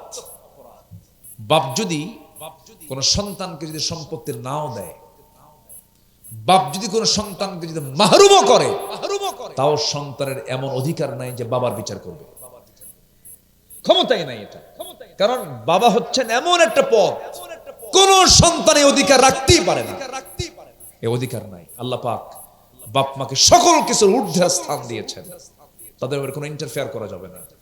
যে সন্তান তার বাপ মার বিচার চেয়ে কারো কাছে বলে, ওটা হচ্ছে বেয়াদব সন্তান, নাই, জায়েজ নাই। বাপ মাকে আমরা সবার ঊর্ধ্বে স্থান দেব, জোরে বলি ইনশাআল্লাহ। দুঃখজনক হলো সত্য, ইউরোপিয়ান আমেরিকান কালচার আমার দেশে ঢুকেছে। ডিওএইচএস, বাড়িধারা, গুলশান, ধানমন্ডির অভিজাত শ্রেণীর লোকদের বাপ মাকে তারা তাদের বাড়িতে রাখতে চায় না, তারা বৃদ্ধাশ্রমে রেখে আসে। ঢাকার গাজীপুরে বেশ কিছু বৃদ্ধাশ্রম গড়ে উঠেছে। আমি চ্যালেঞ্জ দিলাম, ওই সমস্ত বৃদ্ধাশ্রমে কোন আলেমের বাপ মা নাই, কোন রিকশাওয়ালা, শ্রমিক, গ্রামের কোন মূর্খ লোকের বাপ মা নাই। ওখানে বসে আছে হলো ওই অভিজাত শ্রেণীর কিছু বাপ মা, ওখানে পড়ে আছে, সন্তান দেখার টাইম পায় না। ওই শিক্ষার মুখে আমরা থুতু মারি। আসতে গান কেন? ওই শিক্ষার মুখে আমরা থুতু মারি, যে শিক্ষার মধ্য দিয়ে সন্তান জানে না যে বাপ মাকে কেমন করে সেবা করতে হয়। আছে না এরকম? আছে না? আছে কিনা? আছে কিনা? কোরআনকে প্রশ্ন করুন, কোরআন বলো আমি খরচ করব কার জন্য? আগে ইয়াসআলুনাকা মাযা ইউনফিকুন কুল মা আনফাকতুম মিন খাইরিন ফালিল ওয়ালিদাইন ওয়াল আকরাবিন। প্রথম খরচটা তোমার আব্বা আম্মার জন্য হবে। জোরে কোন সুবহানাল্লাহ। মা বড় না বাবা বড়? হ্যাঁ, মা বড় না বাবা বড়? বাবা ছোট। মা বড় না বাবা বড়? একজনকে দুটাই। দেখেন কি চালাক, যে কোনো একটা হবে। বলেন মা বড় না বাবা বড়? মা বড়। আরেকজনকে বাবা। ছাত্রকে জিজ্ঞেস করেছে ক্যাট বানান কি? এ থেকে শুরু করে X Y Z, A B C D X Y Z. আপনি এখন ঠিক করে নেন ক্যাট বানান কি। আমরা কি মায়ের জাত না বাবার জাত? যারা বসে আছে বলেন আমরা কার জাত? বাবার জাত। এখন বলেন মা বড় না বাপ বড়? আবার কয় মা। বাবা, হ্যাঁ বাবা, হ্যাঁ ঠিক আছে তো। আমরা কিসের জন্য ঠকবো আমরা? আচ্ছা বলেন তো, বাপ মা দুজন নামাজে দাঁড়াইছে, ইমাম হবে কে? মা। কোন কোন মা? তাহলে ইমাম কে? বাবা। আচ্ছা, বিচারে বসছেন, বাড়িতে ছেলে মেয়ে নাতিপুতি নিয়া বাপ মা সহ সবাই বসে গেছেন। বিচারের চেয়ারে বসবে কে? মা না বাবা? মা। কোন? হ্যাঁ, তাহলে বাবা কিন্তু বিশাল ব্যাপার। বাবার দাম বেশি, বাবা বড়, সবার চাইতে বড় বাবা। কিন্তু মার হকটা বেশি, মায়ের অধিকারটা বেশি। মান আহাক্কা বিহুসনি সাহাবাতি, অধিকারের দিক থেকে কে বড়? তখন মা। আর সম্মানের দিক থেকে বাবা। ইব্রাহিম আলাইহিস সালাতু ওয়াস সালাম তার ছেলেকে দেখতে গেছেন, ছেলে নাই, ছেলে বউকে দেখলেন, পরিচয় দিলেন না। কেমন আছো মা? ভালো নাই। আল্লাহ শুকরিয়া আদায় নাই, কিচ্ছু বললেন না ইব্রাহিম আলাইহিস সালাম। শুধু বের হওয়ার সময় বললেন, শোনো তোমার স্বামী ইসমাইল আসলে বলবা বুড়া মানুষ আসছিল, ও বাড়িতে আসা মাত্রই যেন চৌকাট পাল্টায়। কি কথা কি বুঝতেছেন আপনারা? বুঝতেছেন? বাবা কি বলেন? কি কি বলেন? কি বাবা? মা বললে শোনা যাবে না, মা বললে শোনা যাবে না। কিন্তু বাবা আইনের চেয়ার, ওনার আইনের চেয়ার। কোন বাবা যদি সচেতন, বাবা যদি বলে বাপ আমি তোর বাপ হই, তুই আমার ছেলে, আমি তোর স্ত্রীর মধ্যে থেকে এমন গন্ধ পাচ্ছি, তোর বরকত হবে না। কোন সন্তান যদি সিদ্ধান্ত নেয় বাবার আলোকে, গুনাহ হবে না। কি কথা বুঝতেছেন? কি আপনার কথা বুঝতেছেন? বাবা এত সম্মানের জিনিস। ইসমাইল আলাইহিস সালাম বাড়িতে এসে বসা মাত্রই বলতেছে, আপনার একজন বুড়া মানুষ আসছিল, চুল ওয়াস্তা আলা রাস, চুলগুলো পেকে গেছে। আসা মাত্রই বলছে যে এই কথা বলার জন্য চৌকাটটা যেন পাল্টায় না। ও তো বোঝে না যে চৌকাটটা কি, চৌকাট যে ওর নিজে তা তো জানে না, তাছাড়া কি বলতো সে? বলতো না। নবীর কথা তো নবী বোঝে, গ্রামার বুঝে গেছেন যে আমার আব্বাস ছিল এই হিকমতপূর্ণ কথা তো আমার আব্বাস আর কেউ বলবে না। উনি বললেন, শোনো তুমি আমার জন্য জায়েজ ছিলা, আমার আব্বা যখন তোমার ব্যাপারে নেগেটিভ মন্তব্য করেছেন, তুমি এখন আমার বাড়ি ছাড়ো। আল্লাহু আকবার বলবেন না বাবা? এখন বলেন, মা বড় না বউ বড়? মাহফিলে মা বড়, বাড়িতে বউ বড়। কি এই বাস্তবতা না? বাস্তবতা কইছে একজন, ঠিক কি না? মাহফিলে মা বড়, বাড়িতে বউ বড়। বউ একটু কথা বলছে, খেপে গিয়ে মার সামনে গিয়ে বলে, মা তুমি নাকি আমার বউকে এই কথা কইছো? আছে না, আছে না, এগুলো আছে না, আছে না, আছে না, আছে কিনা বলেন? এই পরিবেশ তৈরি করতে দিবেন না, কখনো না। মার জায়গায় মাকে রাখবেন, বাবার জায়গায় বাবাকে রাখবেন, স্ত্রী জায়গায় স্ত্রীকে রাখবেন। কখনো তুলনা করবেন না। স্ত্রীকে বলে দিবেন, আমার মার পেট থেকে আমার জন্ম, আমার মা আমার অস্তিত্ব দিয়েছেন, কোন ইন্টারফেয়ার চলবে না। এরকম করে যদি আমরা যদি নিজের মাকে যদি মূল্যায়ন করি, আমাকে মূল্যায়ন করবেন, আমাকে দাম দিবেন কে? বলেন, আমাকে দাম দিবেন কে? আল্লাহ। আমার রাসূল মাঝে মাঝে কাঁদতেন, মাকে পান নাই তো? মাকে পেয়েছেন? পান নাই। আমার নবীজি মাঝে মাঝে কাঁদতেন আর বলতেন, ও সাহাবীরা, মার দুধটা আমার কিসমতে জোটে নাই। মা হালিমার ঘরে আমি বড় হয়েছি, 5টা বছর থেকেছি। 5 বছরের মা হারাইছি, 7 বছরের বাপ হারাইছি। কিন্তু তোমরা জেনে রেখে দিও, জান্নাত নামক যে নিয়ামত আল্লাহ রাব্বুল আলামিন রেখে দিয়েছেন, ওই মার পায়ের নিচে জোরে কোন সুবহানাল্লাহ। কোন দোষ করে ফেলেছেন, কোন ভুল করে ফেলেছেন, মার কাছে গিয়ে আস্তে করে বসবেন, নত শিরে মানে একদম জড়সড় হয়ে, একদম অত্যন্ত বিনয় হয়ে সামনে বসবেন, হাঁটু গেড়ে দিয়ে বসবেন, সম্মান নিয়ে বসবেন। বসে মার কাছে গিয়ে বলবেন, মা অমুক দিন ভুলটা করেছিলাম, অমুক দিন এই ভুলটা আমার দ্বারা হয়ে গেছে, মা তুমি আমারে মাফ করে দাও। আপনি বলার আগেই দেখবেন আপনার মার চোখ দিয়ে পানি পড়া শুরু হয়ে গেছে। কি ঠিক কিনা? মার মন তো অন্য ধরনের, আপনি এত কিছু বলাও লাগবে না, শুধু বলবেন, মা রাগ করছো তুমি, আমারে মাফ করে দিও। দেখবেন যে আপনি কি যে করবে। আর বউকে সাইজ করা সহজ, আস্তে কয়। একবার যদি বাঁকা হয়, দুনিয়া নড়বে, ও নড়বে না। আস্তে, মানে সবার বউ মনে রাবিয়া বস্ত্রীর মতো, মানে ভাবসাব এমন, মানে একদম এত আস্তে আস্তে কয়। কি ঠিক কিনা?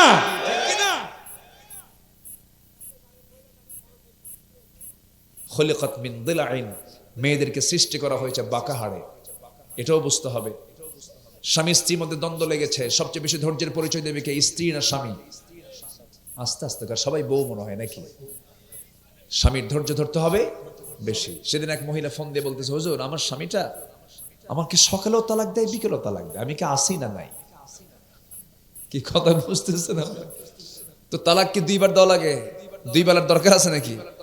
একসাথে দিলে তো হয়ে যাচ্ছে। বলে যে, হুজুর আমার স্বামী প্রত্যেক দিন সকালেও তালাক দেয়, বিকেলেও তালাক দেয়। কি অবস্থা! আল্লাহ পাক তুমি ফিতনা থেকে আমাদেরকে বাঁচাও, জোরে বলি আল্লাহুম্মা আমিন। নাম্বার 8, কাউকে বিদ্রুপ করে মন্দ নামে না ডাকা। অটিস্টিক কিছু বাচ্চা থাকে না, প্রতিবন্ধী কিছু মানুষ থাকে, দেখবেন এদেরকে হে হে করে তাড়ায় দেয়, আছে কিনা? খবরদার এগুলো করবেন না। একটা কথা বলে দেই, সেই ব্যক্তি বড় ভাগ্যবান যার ঘরে প্রতিবন্ধী বাচ্চা আছে। আমি আপনি জান্নাতে যেতে বহু হিসাব দিতে হবে।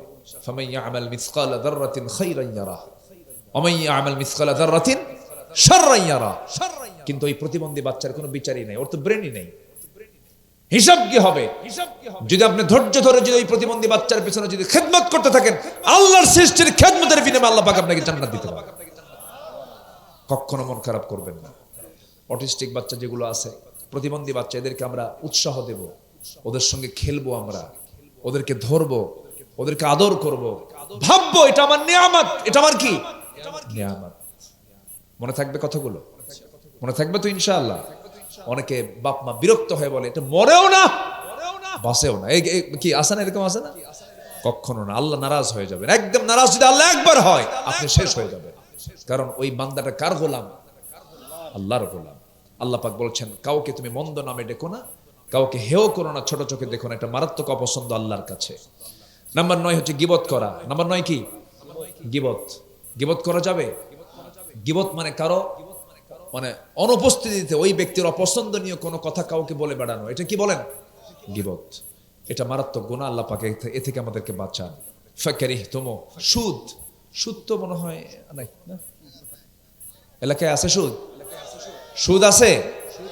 সুদ আছে?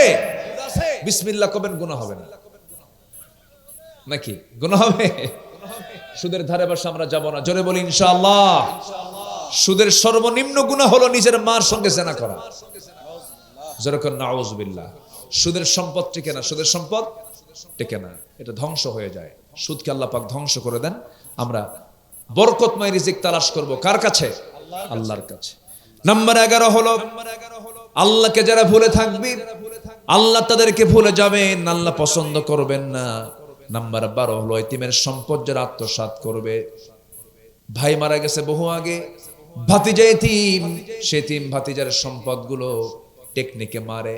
মহাদেবপুরের পৌরসভার জায়গা আর মনোহরপুরের জায়গা কি একরকম নাকি? একরকম? মনোহরপুরের জায়গার দাম শতকের দাম, আর মহাদেবপুরের জায়গার দাম রাত দিন তফাৎ। এতিম ভাতিজাকে মনোহরপুরে জমি থুই দিয়া পৌরসভার জায়গা চাচা দলিল করে নিয়া হজ করছে 27 বার। হজ করছে 27 বার। কাম হবে না, সব শেষ হয়ে যাবে। ওই লোকের উদাহরণ হলো মাথায় টুপি আছে কিন্তু পরনে লুঙ্গি নাই। পরনে কি নাই? লুঙ্গি নাই, ফরজ লঙ্ঘন হয়ে গেছে, হক লঙ্ঘিত গুনাহ হয়ে গেছে, আল্লাহ পাক তাকে মাফ করবেন না।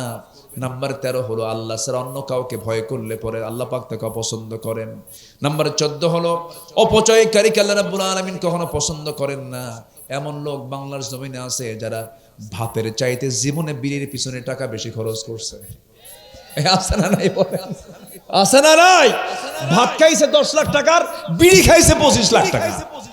আছে না নাই? কি আমি কি ভুল বললাম? ভাত খাওয়া মিস হয়, বিড়ি খাওয়া মিস হয় না। বাথরুমের মধ্যে হ্যাঁ কোথায় কি করে? ও বাথরুম হয় না বিড়ি না খেলে পরে। হ্যাঁ বুঝতে পারছি।